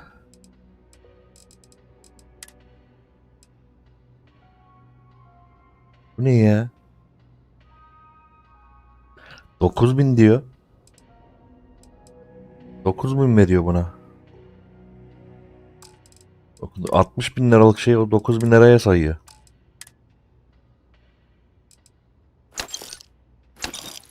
Bunları kullanmıyorum. At bunları.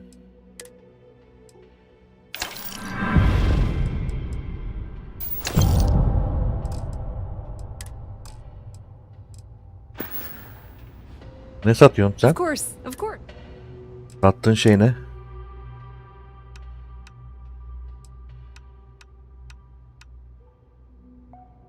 En değerli silahlar bunlar. Boş. Altın bir şey bile yok.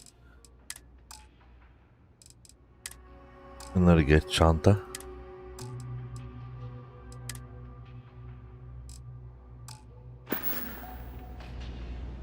Kadının parası var ama o istediğim fiyatları vermiyor ki. Ben ne yapacağım o zaman? Keşke verseymişim.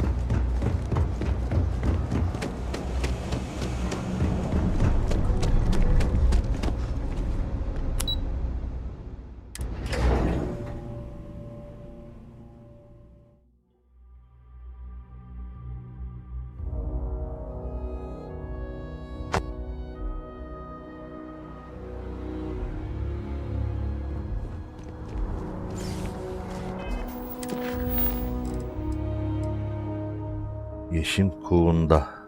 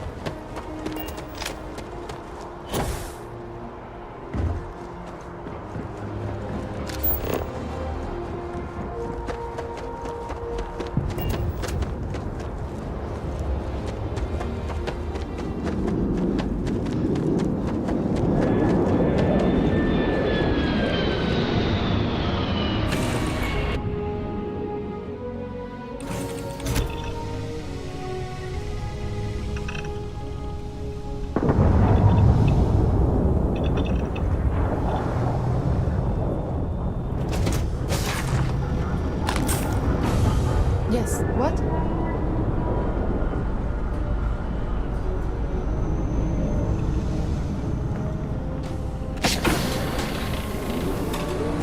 Excuse me.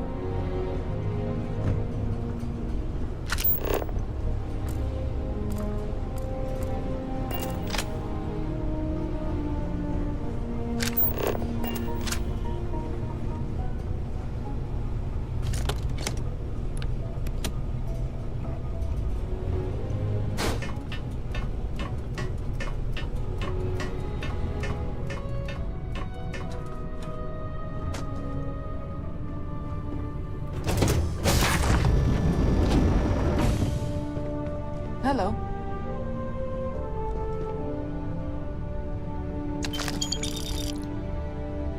İstediğimi alabiliyorum buradan. Hiçbir şey de demiyor yani.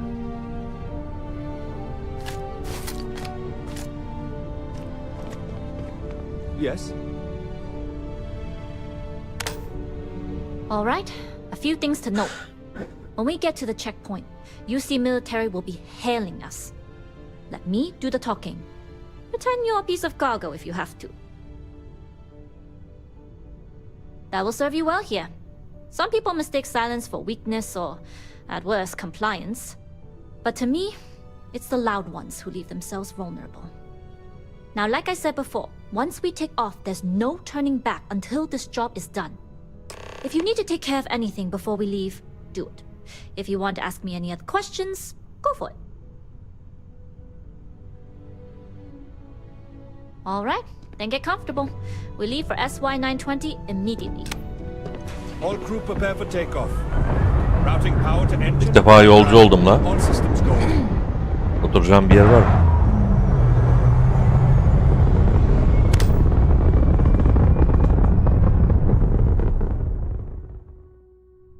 We'll graph jump the SY-920 from here. Don't worry about your personal ship. The fleet will make sure it's secure. You can take this time to prepare. Just try not to bother my pilot while they're flying. Don't worry, Captain. I've spent half my life walking and chewing gum at the same time. I can handle a little banter. Sounds like you're putting in a request for double duty. Captain, I retract my earlier statement. For the record, I don't even like gum. Noted. Just get us there safe. Pardon. Roger that.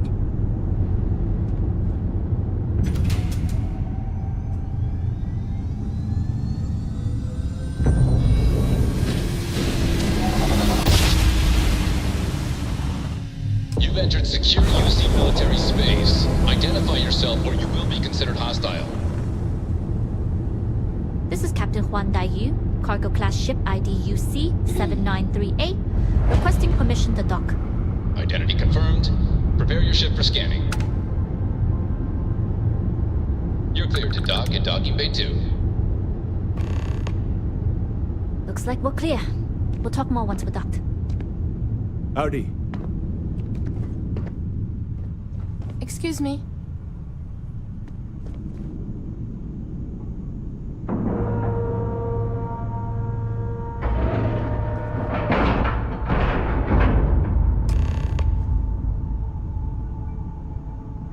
Okay, we're in. First things first. The station is enormous, with checkpoints everywhere. To get past them, you'll need a military uniform. And to get a uniform, you'll need to get to the barracks. There should be a way through the vents. You can get to them via the maintenance store downstairs. There's an intercom there as well, where we can make contact. Once you get a uniform, it should be fairly easy to find an elevator to the command bay. But, if at any point your cover's blown, Al işte. Ben ne yapacağım bundan sonra? Provided you haven't sounded the alarm, then yeah, like I said, if you can find an intercom, I'll keep a channel open.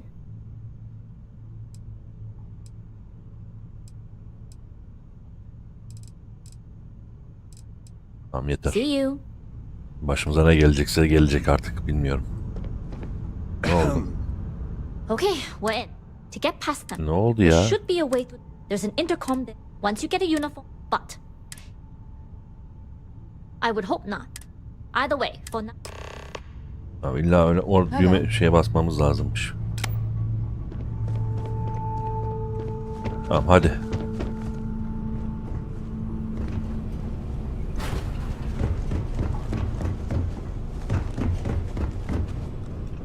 Nobody can stop the Crimson Fleet.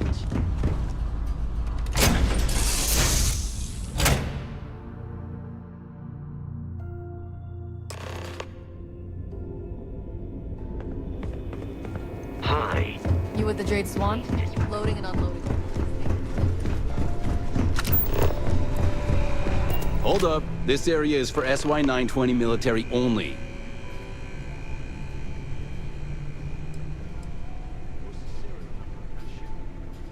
The contents and operations of the only uniform.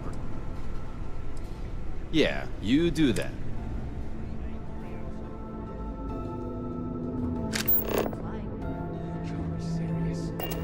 Önce kışlaya gitmem lazım.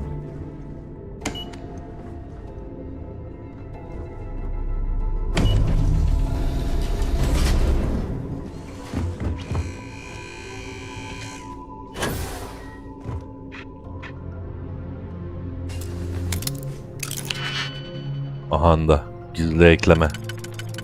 Değil mi? Bayağı zor olacak bu.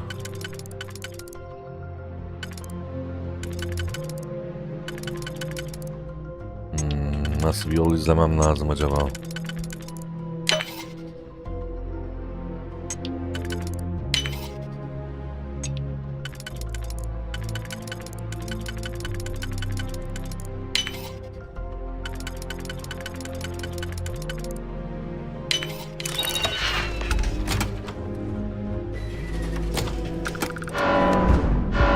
Lan ne oldu? Görülmüşüm. Alarm çalarsa giderim demişti. Ya abi nasıl oldu ya? Hıh. Niye alarm çaldı ki? Demek ki yeterince gizli olamadım. You with the Jade Swan? Loading and unloading.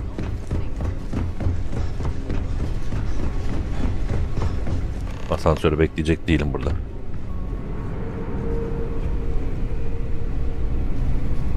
Şu dikkat yazısını kaldırmam lazım. Kaptanmış. Ha şu görüyor. Bekleyelim şöyle bir gizlenmiş olsun şu.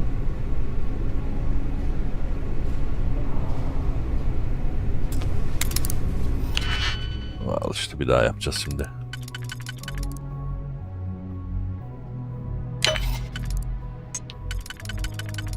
Aa bunun olacağını sanıyordum ha.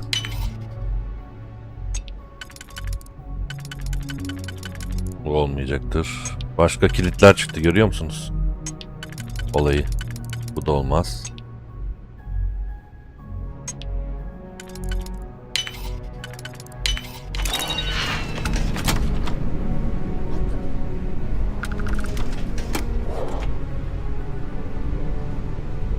Sadece ses olarak duydular ayağım. Ya hayır. Heh. İyi hayal görüyorum dedi Allah'tan.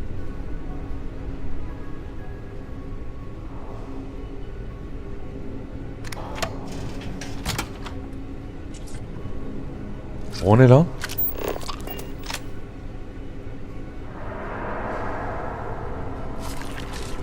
Allah kahretsin.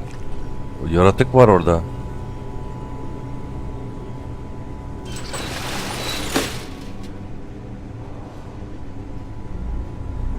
Yok mu buralarda üniforma falan?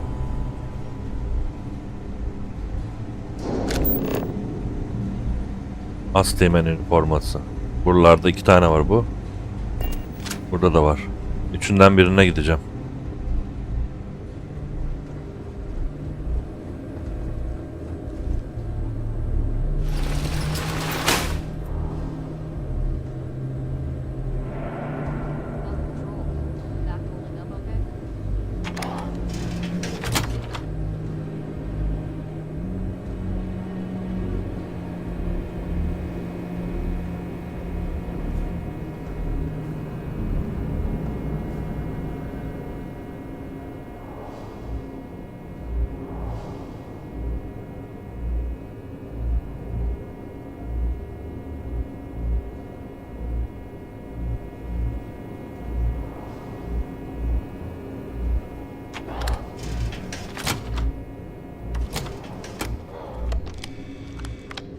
Asteğmen.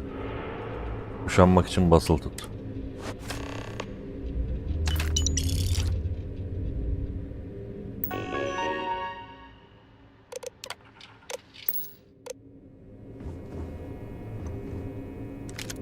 Birazcık bir şeyler çalalım değil mi?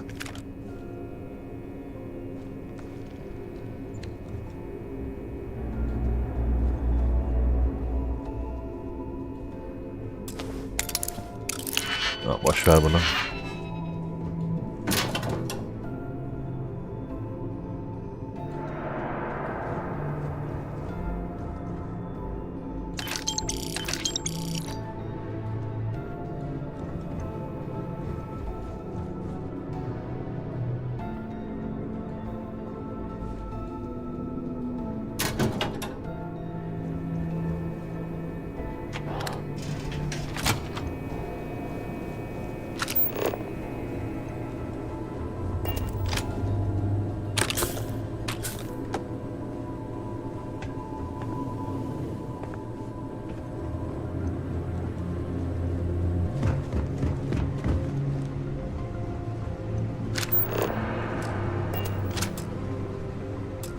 Ay sıçayım.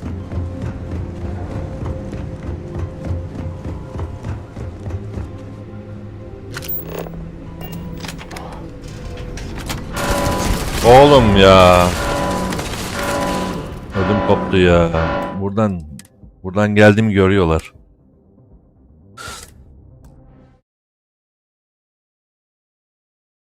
Oradan da giremiyorum. Nasıl çıkacağım yukarıya? Oba baştan. Heh.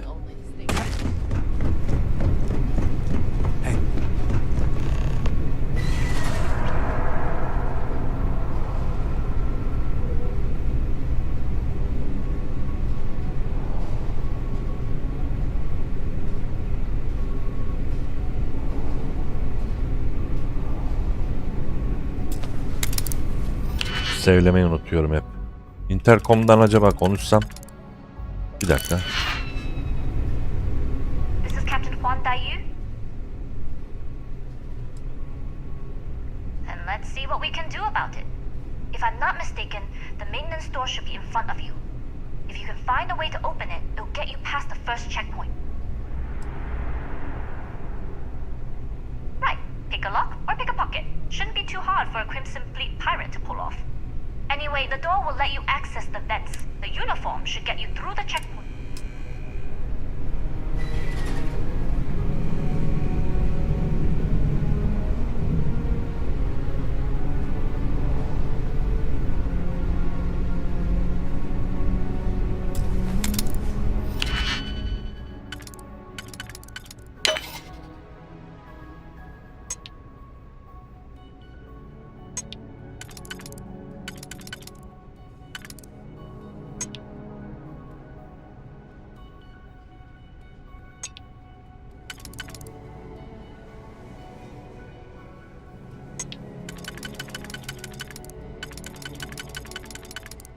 Bu olsa bu olmuyor.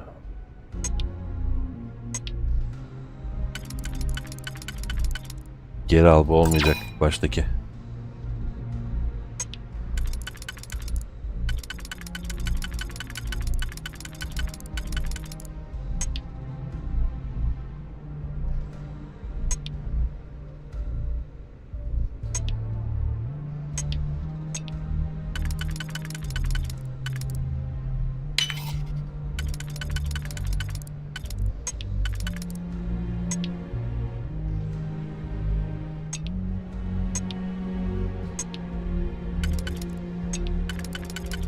Yok ya, olmuyor ki. Geri ikili kaldı ama ikisi de olmaz.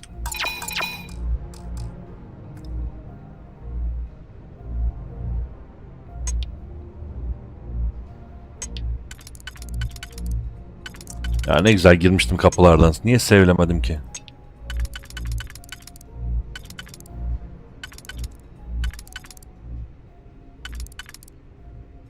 Üçü oluyor ama alttaki olmuyor.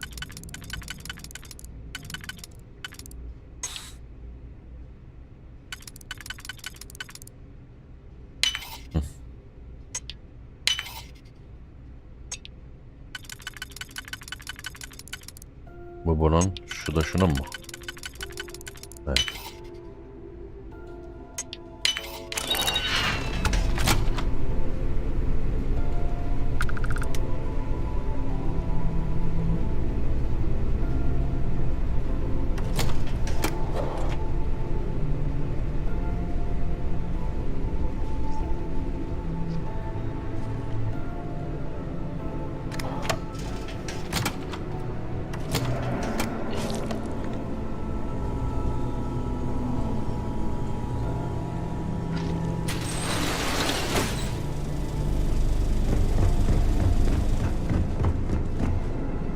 Uzman istiyor ya.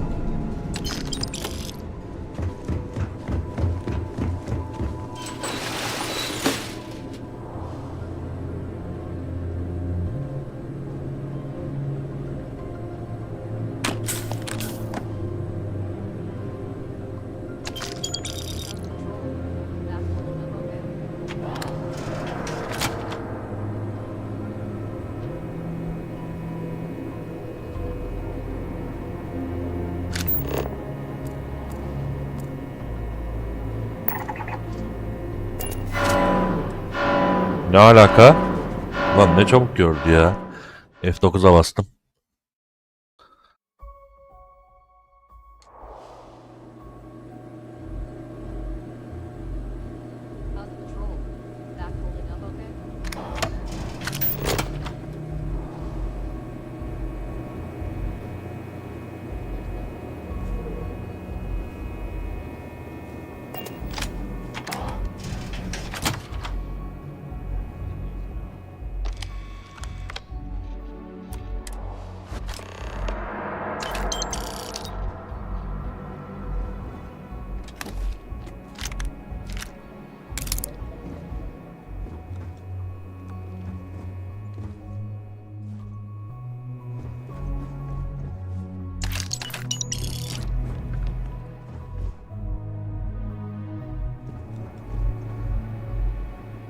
Kaydettim yine.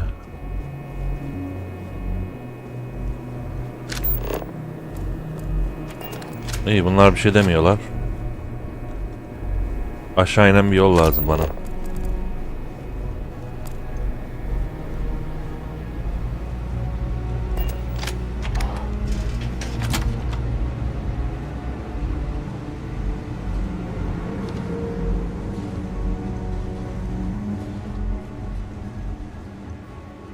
İyi, adamı geçtim. State your business. Eyvah. Logging ensign level clearance. Go on ahead. Selam Çağrı. Bir kayıt daha yaptım. Kapıyı geçtiğim için.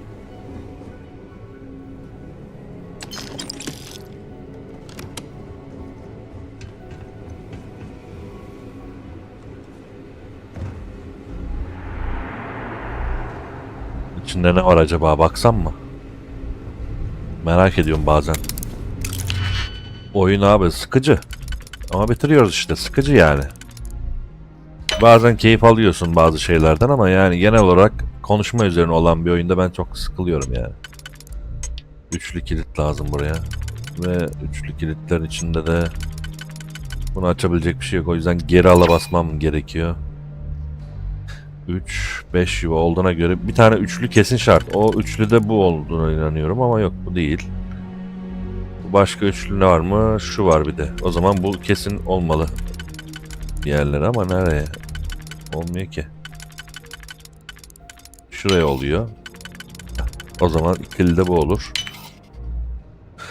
1, 2, 3, 4. Bu da öyle. Bir üçlü bir ikili lazım. Geriye kalan tek üçlü bu olduğuna göre.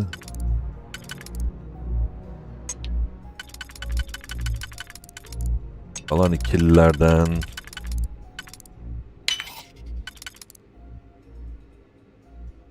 o olmuyormuş. İkililerden o değil. Bir de bu var.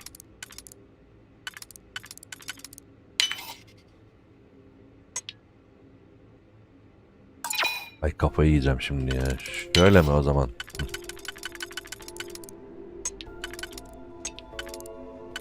Bu da değil, bu da değil. Kafayı yiyeceğim ya. Bak ikisi de olmuyor.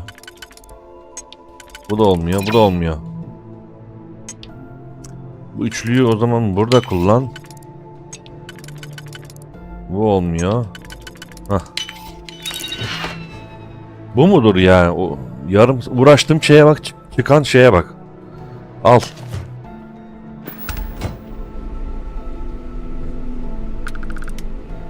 Epik tüfek şaşırtıcılığı değişmiş. Bilmem ne. 18.000 değerinde. Bakarım ona. Belki kullanırım daha sonra. Miraj yani bize göre değil derken yani o kadar da değil de yani oynanıyor ama hani keyif alıyor musun? Yok. Her zaman değil. Artık başladık yani. Bu kadar da bölüm çektik. Konuşma üzerine bir oyun işte. Hani konuşmaları dinliyoruz. Böyle ara sıra görevler oldu mu hoş oluyor ama genel olarak hep aynı şeyleri yapıyorsun oyunda. Hani farklı özel bir şey yaptığımı görmedim hiç. Aynı şeyleri yapıyoruz. Intercom'a boş ver şimdi. Asteğmen olarak sızdım buraya. İçeriye. Güzeldi. Al işte ya. Gümrükleme kodu al. It's been that way since Commander Natara took over. I'll say. You might want to track down your commanding officer. Al işte. Giriş kodu lazım diyor. Bana söylesene giriş kodunu. This is Captain Huan Daiyu. I don't know what you do without me, but let's try and work this through. If you found a uniform, be sure to put it on. That'll provide some cover. Don't know what you're after, but I'm guessing there'll be another checkpoint. This far Evet. down. Might need a clearance code. Evet, kod lazım.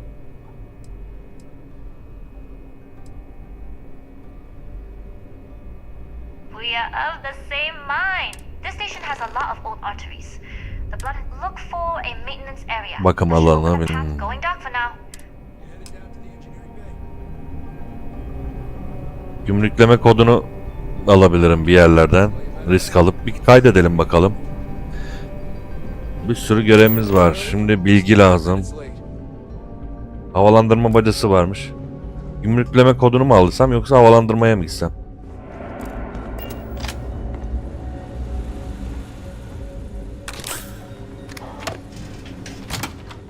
Kapıyı kapat da biri gelirse. Buraları boşaltalım madem. Digipik var.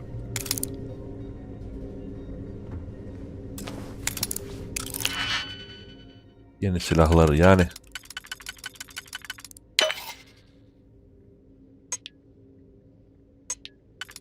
Ya oyun bana şu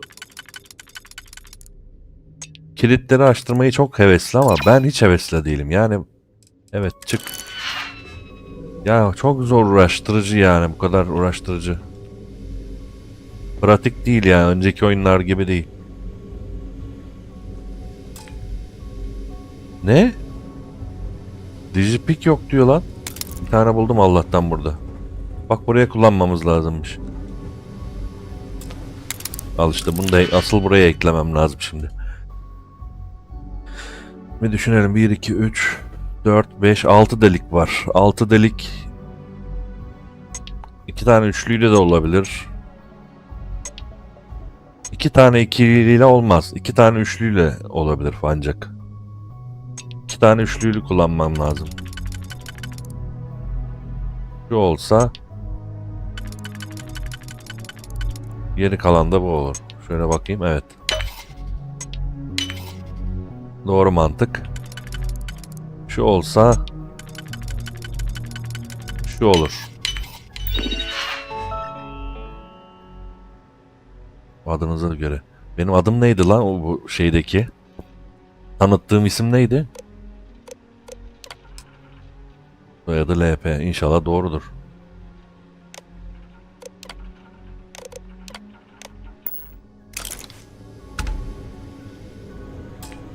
Usta. Digipik kalmadı ya. Biraz almam lazım. Dolaplarda falan. Ha burada var.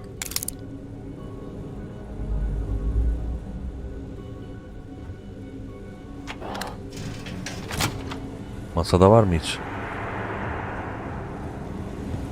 Tamam şimdi bakalım kapıdan gönderecekler mi beni? Acaba havalandırmadan mı gideyim yoksa? Hani aldım bilgiyi ama havalandırmadan da gidebilirim.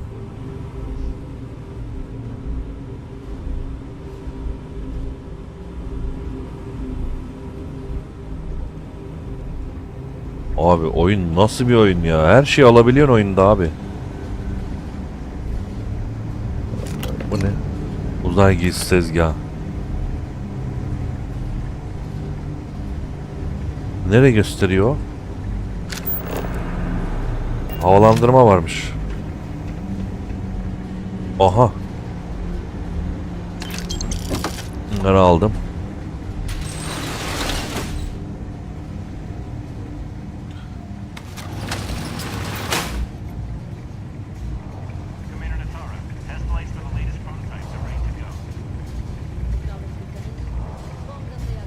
Böyle gidersem saptanacağım. Ses oluyor çünkü.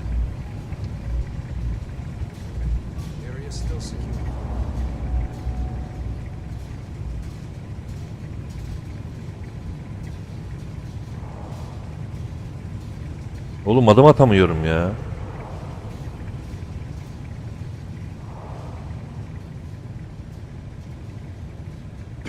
Bir kaydetsene bir, ne olur ne olmaz.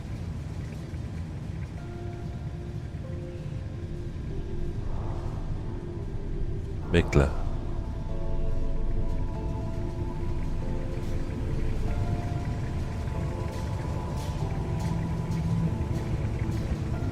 Aslında duyuyorlar ama çok nereden geldiğini anlamıyorlar herhalde.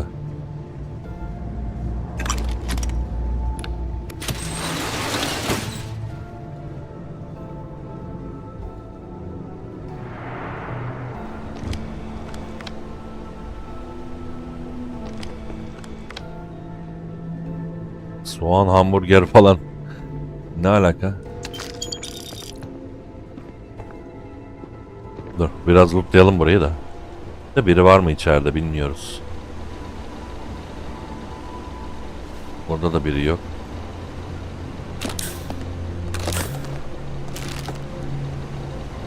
Ulan biri var. Neyse ama gerçi bunlar bir şey demezler.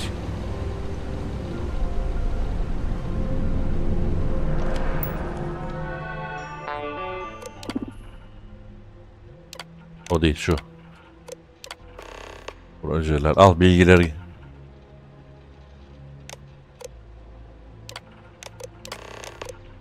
Teklife baktım. Tamam, ne diyor?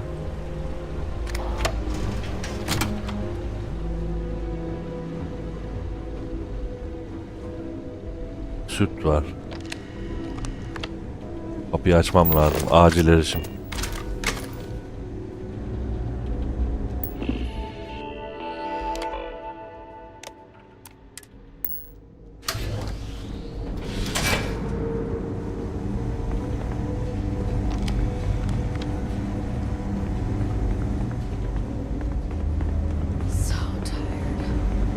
Stop right there, Ensign. All right, Ensign. Why aren't you at your post? Al işte ya, yakalandım. Only authorized personnel. Stop with the bullshit. It's not funny. Strange. How are you allowed into the command bay? Stop being evasive and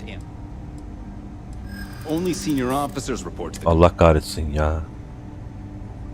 Üzgünüm, yeniyim. Who did you say you were again? Ya otomatik iknaya bas. Yeah, you're Bitsin right. şu. Ha. I don't know what I was thinking before. Fine. I'll let you go, Ensign. But as soon as you're done with your task, you should return to your post. Adamı ikna ettim şimdilik ama yani yakalanmamam lazımmış. Ben ne bileyim.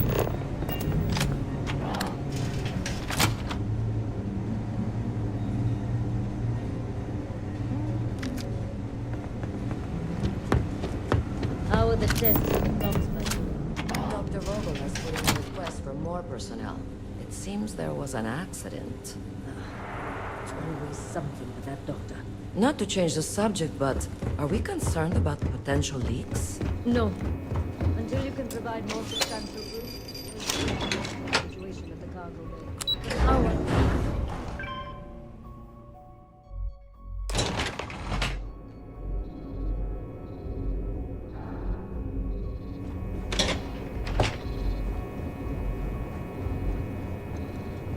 You here. Goggles almost unloaded. Lan nasıl ya? Bensiz hiçbir yere gidemez. Sorry, but the situation calls for it. That being said, I can stay in orbit for a short while. I'll need to send word to the Allah Allah. if you don't get off. But it looks like you'll need to find you. That doesn't mean you're trapped. On a station this big, there are bound to be as a member of the Crimson Fleet, I trust you can handle that. Ay sıçayım. You've made it this far without engaging in combat. It was an honor to work with a true professional. Good luck. If you make it out alive, next time you're at the node. Ay sıçayım. Yalnız başıma bıraktı beni burada.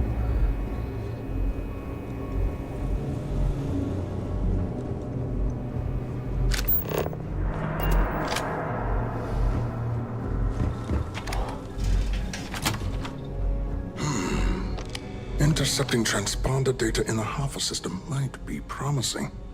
Wait, who are you? Why are you... the comm spike. But I can't just hand it to. It's attached to a prototype. We're still in the testing phase, running decryptions across a... It can even interpolate... Tamam vermiyorsun, anladık tamam. Yes, it's not quite cracking the Enigma code. We'll be able to infer not that we'd care about. And yes, there are certain kinks to be worked out.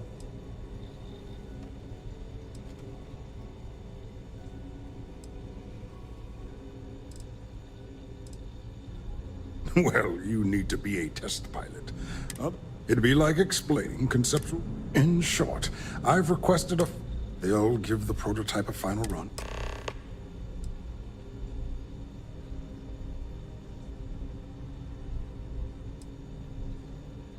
Splendid. Al işte ya. That was fast. Normally my requests aren't to give. Nasıl ikna edeceğim bilmiyorum. Commander Natara, you say? 2 puan daha alın. You're right. 1 puanım daha lazım. We need to hurry if we're going to have this module ready in time. You do have a point. Aldım, ikna ettim. All right, you've convinced me. You're the new test pilot. You'll need a uniform and a terminal password to author. The uniform you can get in the locker room. You'll find the prototype ship at Docking Bay 8. Use the password to access the flight terminals in the control center. And of course, best of luck. You are doing science a great service by undertaking this sacrifice. Kendi kendime görevler çıkarttım şu an. Pilot olabilirim şu an. Kendimi stajyer yaptım binaya. Bir şeyler bulmak için. Falan. Hani tam gidiyordum. Pilot üniforması. Giyelim bakalım. Tamam. Kontrol noktasını atlatmam lazımmış.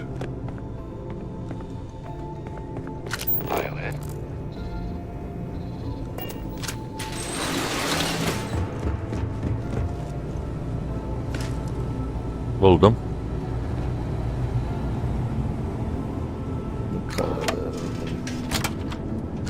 Ne işime yaradı ki? Neyse hadi ben gidiyorum buradan. Ulan ne zormuş buraya sızması.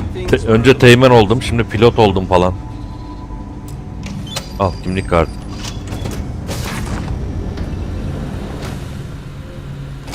Ulan giriyorum, prototip ship'e giriyorum. Gemiyi mi kaçıracağım orada? Gemim yok diye. Çok anlayamadım ama öyle galiba.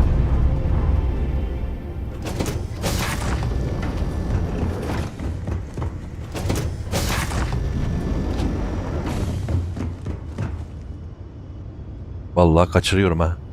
Prototype ship, you are not cleared for takeoff. What's going on over there? Ne oluyor orada falan? Kaçıyorum. Aha kaçtım vallahi. Adamların gemisini çaldım la. Kendi gemim yok diye. Ve peşime düştüler ama. Allah kahretsin. Of gemiye bak. Ama çok kolay gövdesi hasar alıyor. Öleceğim.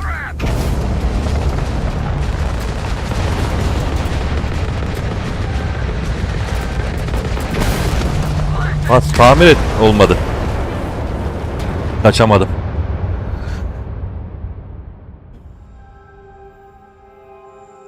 Felaket alarma giriyorlar ya. Sessizce halledemedik.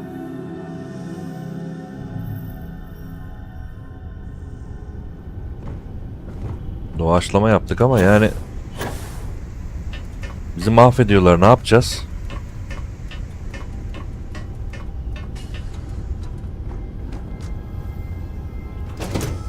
Aklımda bir şey var benim şimdi. Bak. Beni tam görmeden hemen ışınlanmaya basacağım. Olacak mı bilmiyorum. Prototype ship, you are not cleared for takeoff. What's going on over there?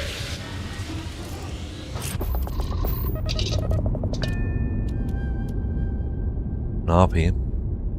Kalk dediğim zaman başlıyor ama. Unauthorized launch from engineering. All ship.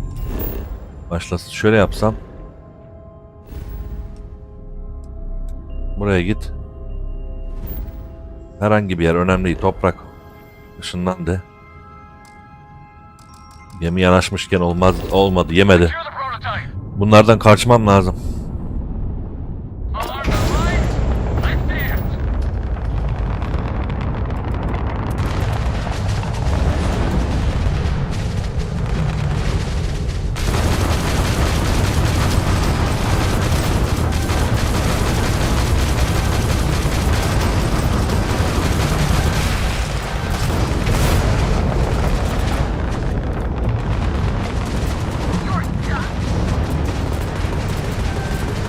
Atlasana gemiden ya. Olmuyor mu öyle? Yok abi ben ne yaptım ya? Mümkün değil abi bundan kaçması. Savaşmak zaten imkansız. Çok dandik bir gemi yani. Bu isteğe bağlı bir görev şu an.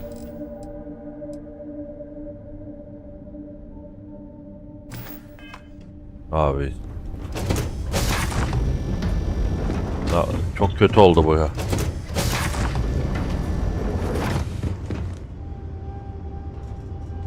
Prototype ship, you are not cleared for takeoff. What's going on over there?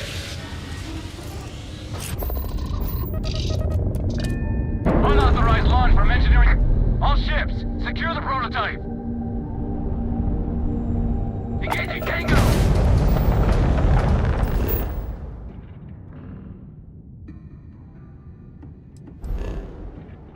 Diyecek ki şimdi çatışma sırasında yapamazsın diyebilir.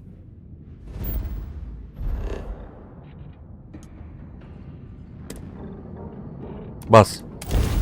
Oldu. Oldu. Kaç.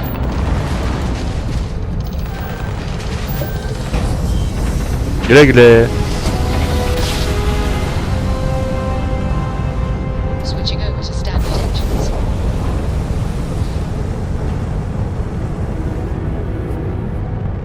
Yalnız çok dandik bir gemi bu. Hemen değiştirmem lazım bunu benim. Akila şehri neredeydi? Oraya dönmem lazım. Akila neredeydi lan? Burada değil miydi Akila ya?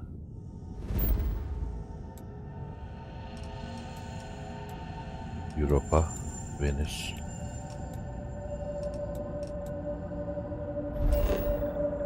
Burası Mars. Bu değil.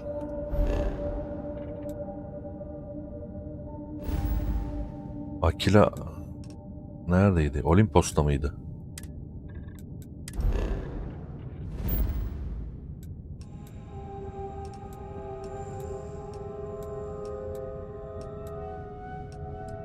Ya keşke şöyle bir şey olsa. Mesela ben şu sol üstte bir yere yazacağım işte gideceğim yeri. O bana gösterecek. Ben şimdi nereden bulacağım? Akila nerede?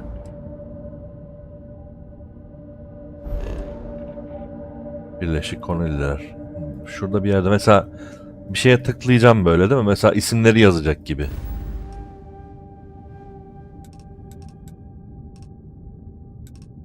Olimpos, Aranya.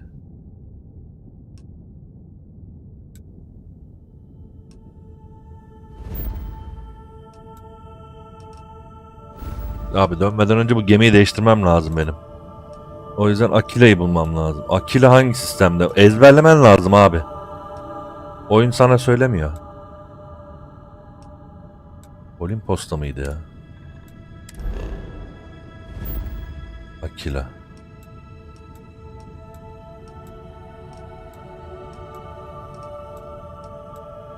Cık, burada değil. Neredeydi ya Akila? Alpha Centauri'ydi.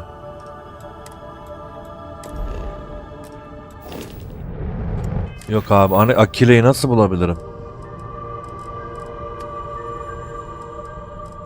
Yok, görevlerde de yazmaz. Gemimi değiştirmem lazım. Bak çünkü burada bu kayıt olmayan bir gemi olduğu için bu arada iğrenç bir şekilde kargosu var. Yani 280 hiç istemiyorum. Akila nerede? Kafayı yiyeceğim. Dur internetten bakayım abi. Böyle olmayacak. Starfield. Aquila City Location. Ha, Cienne sistemlerinde. Peki, tamam. Cienne sistemlerindeymiş. Bir türlü ezberleyemedim abi, neymiş ha? Ha, burada işte.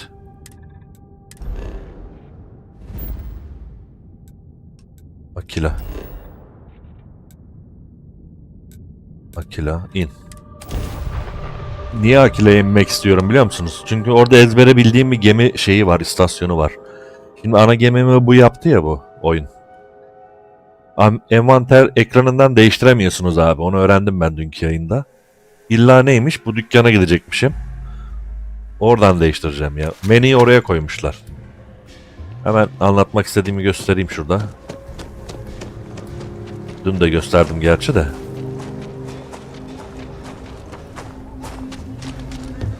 Burası gemici bu adam. Gemimi değiştirmek istiyorum'a basacaksın. Böyle. Bu benim prototip çaldığım az önceki gemi. 15.000 lira da değeri var. Kaydetme parası kaç? 12.000 lira. Kaydet.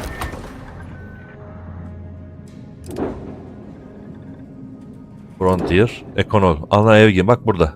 Görüyor musunuz?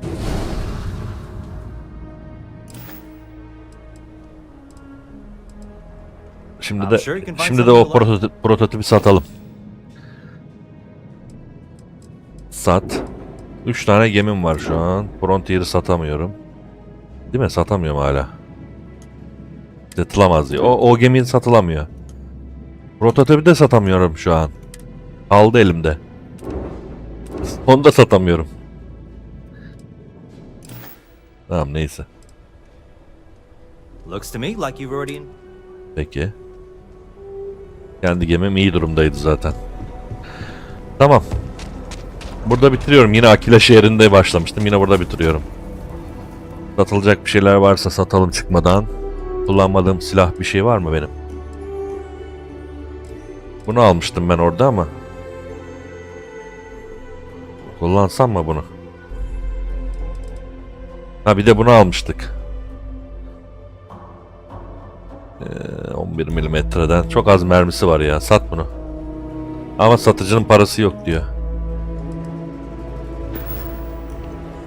Tamam, neyse, hadi burada bitiriyoruz. Evet, bu bölümde de Kırmızı Filo'nun görevlerini yaptık.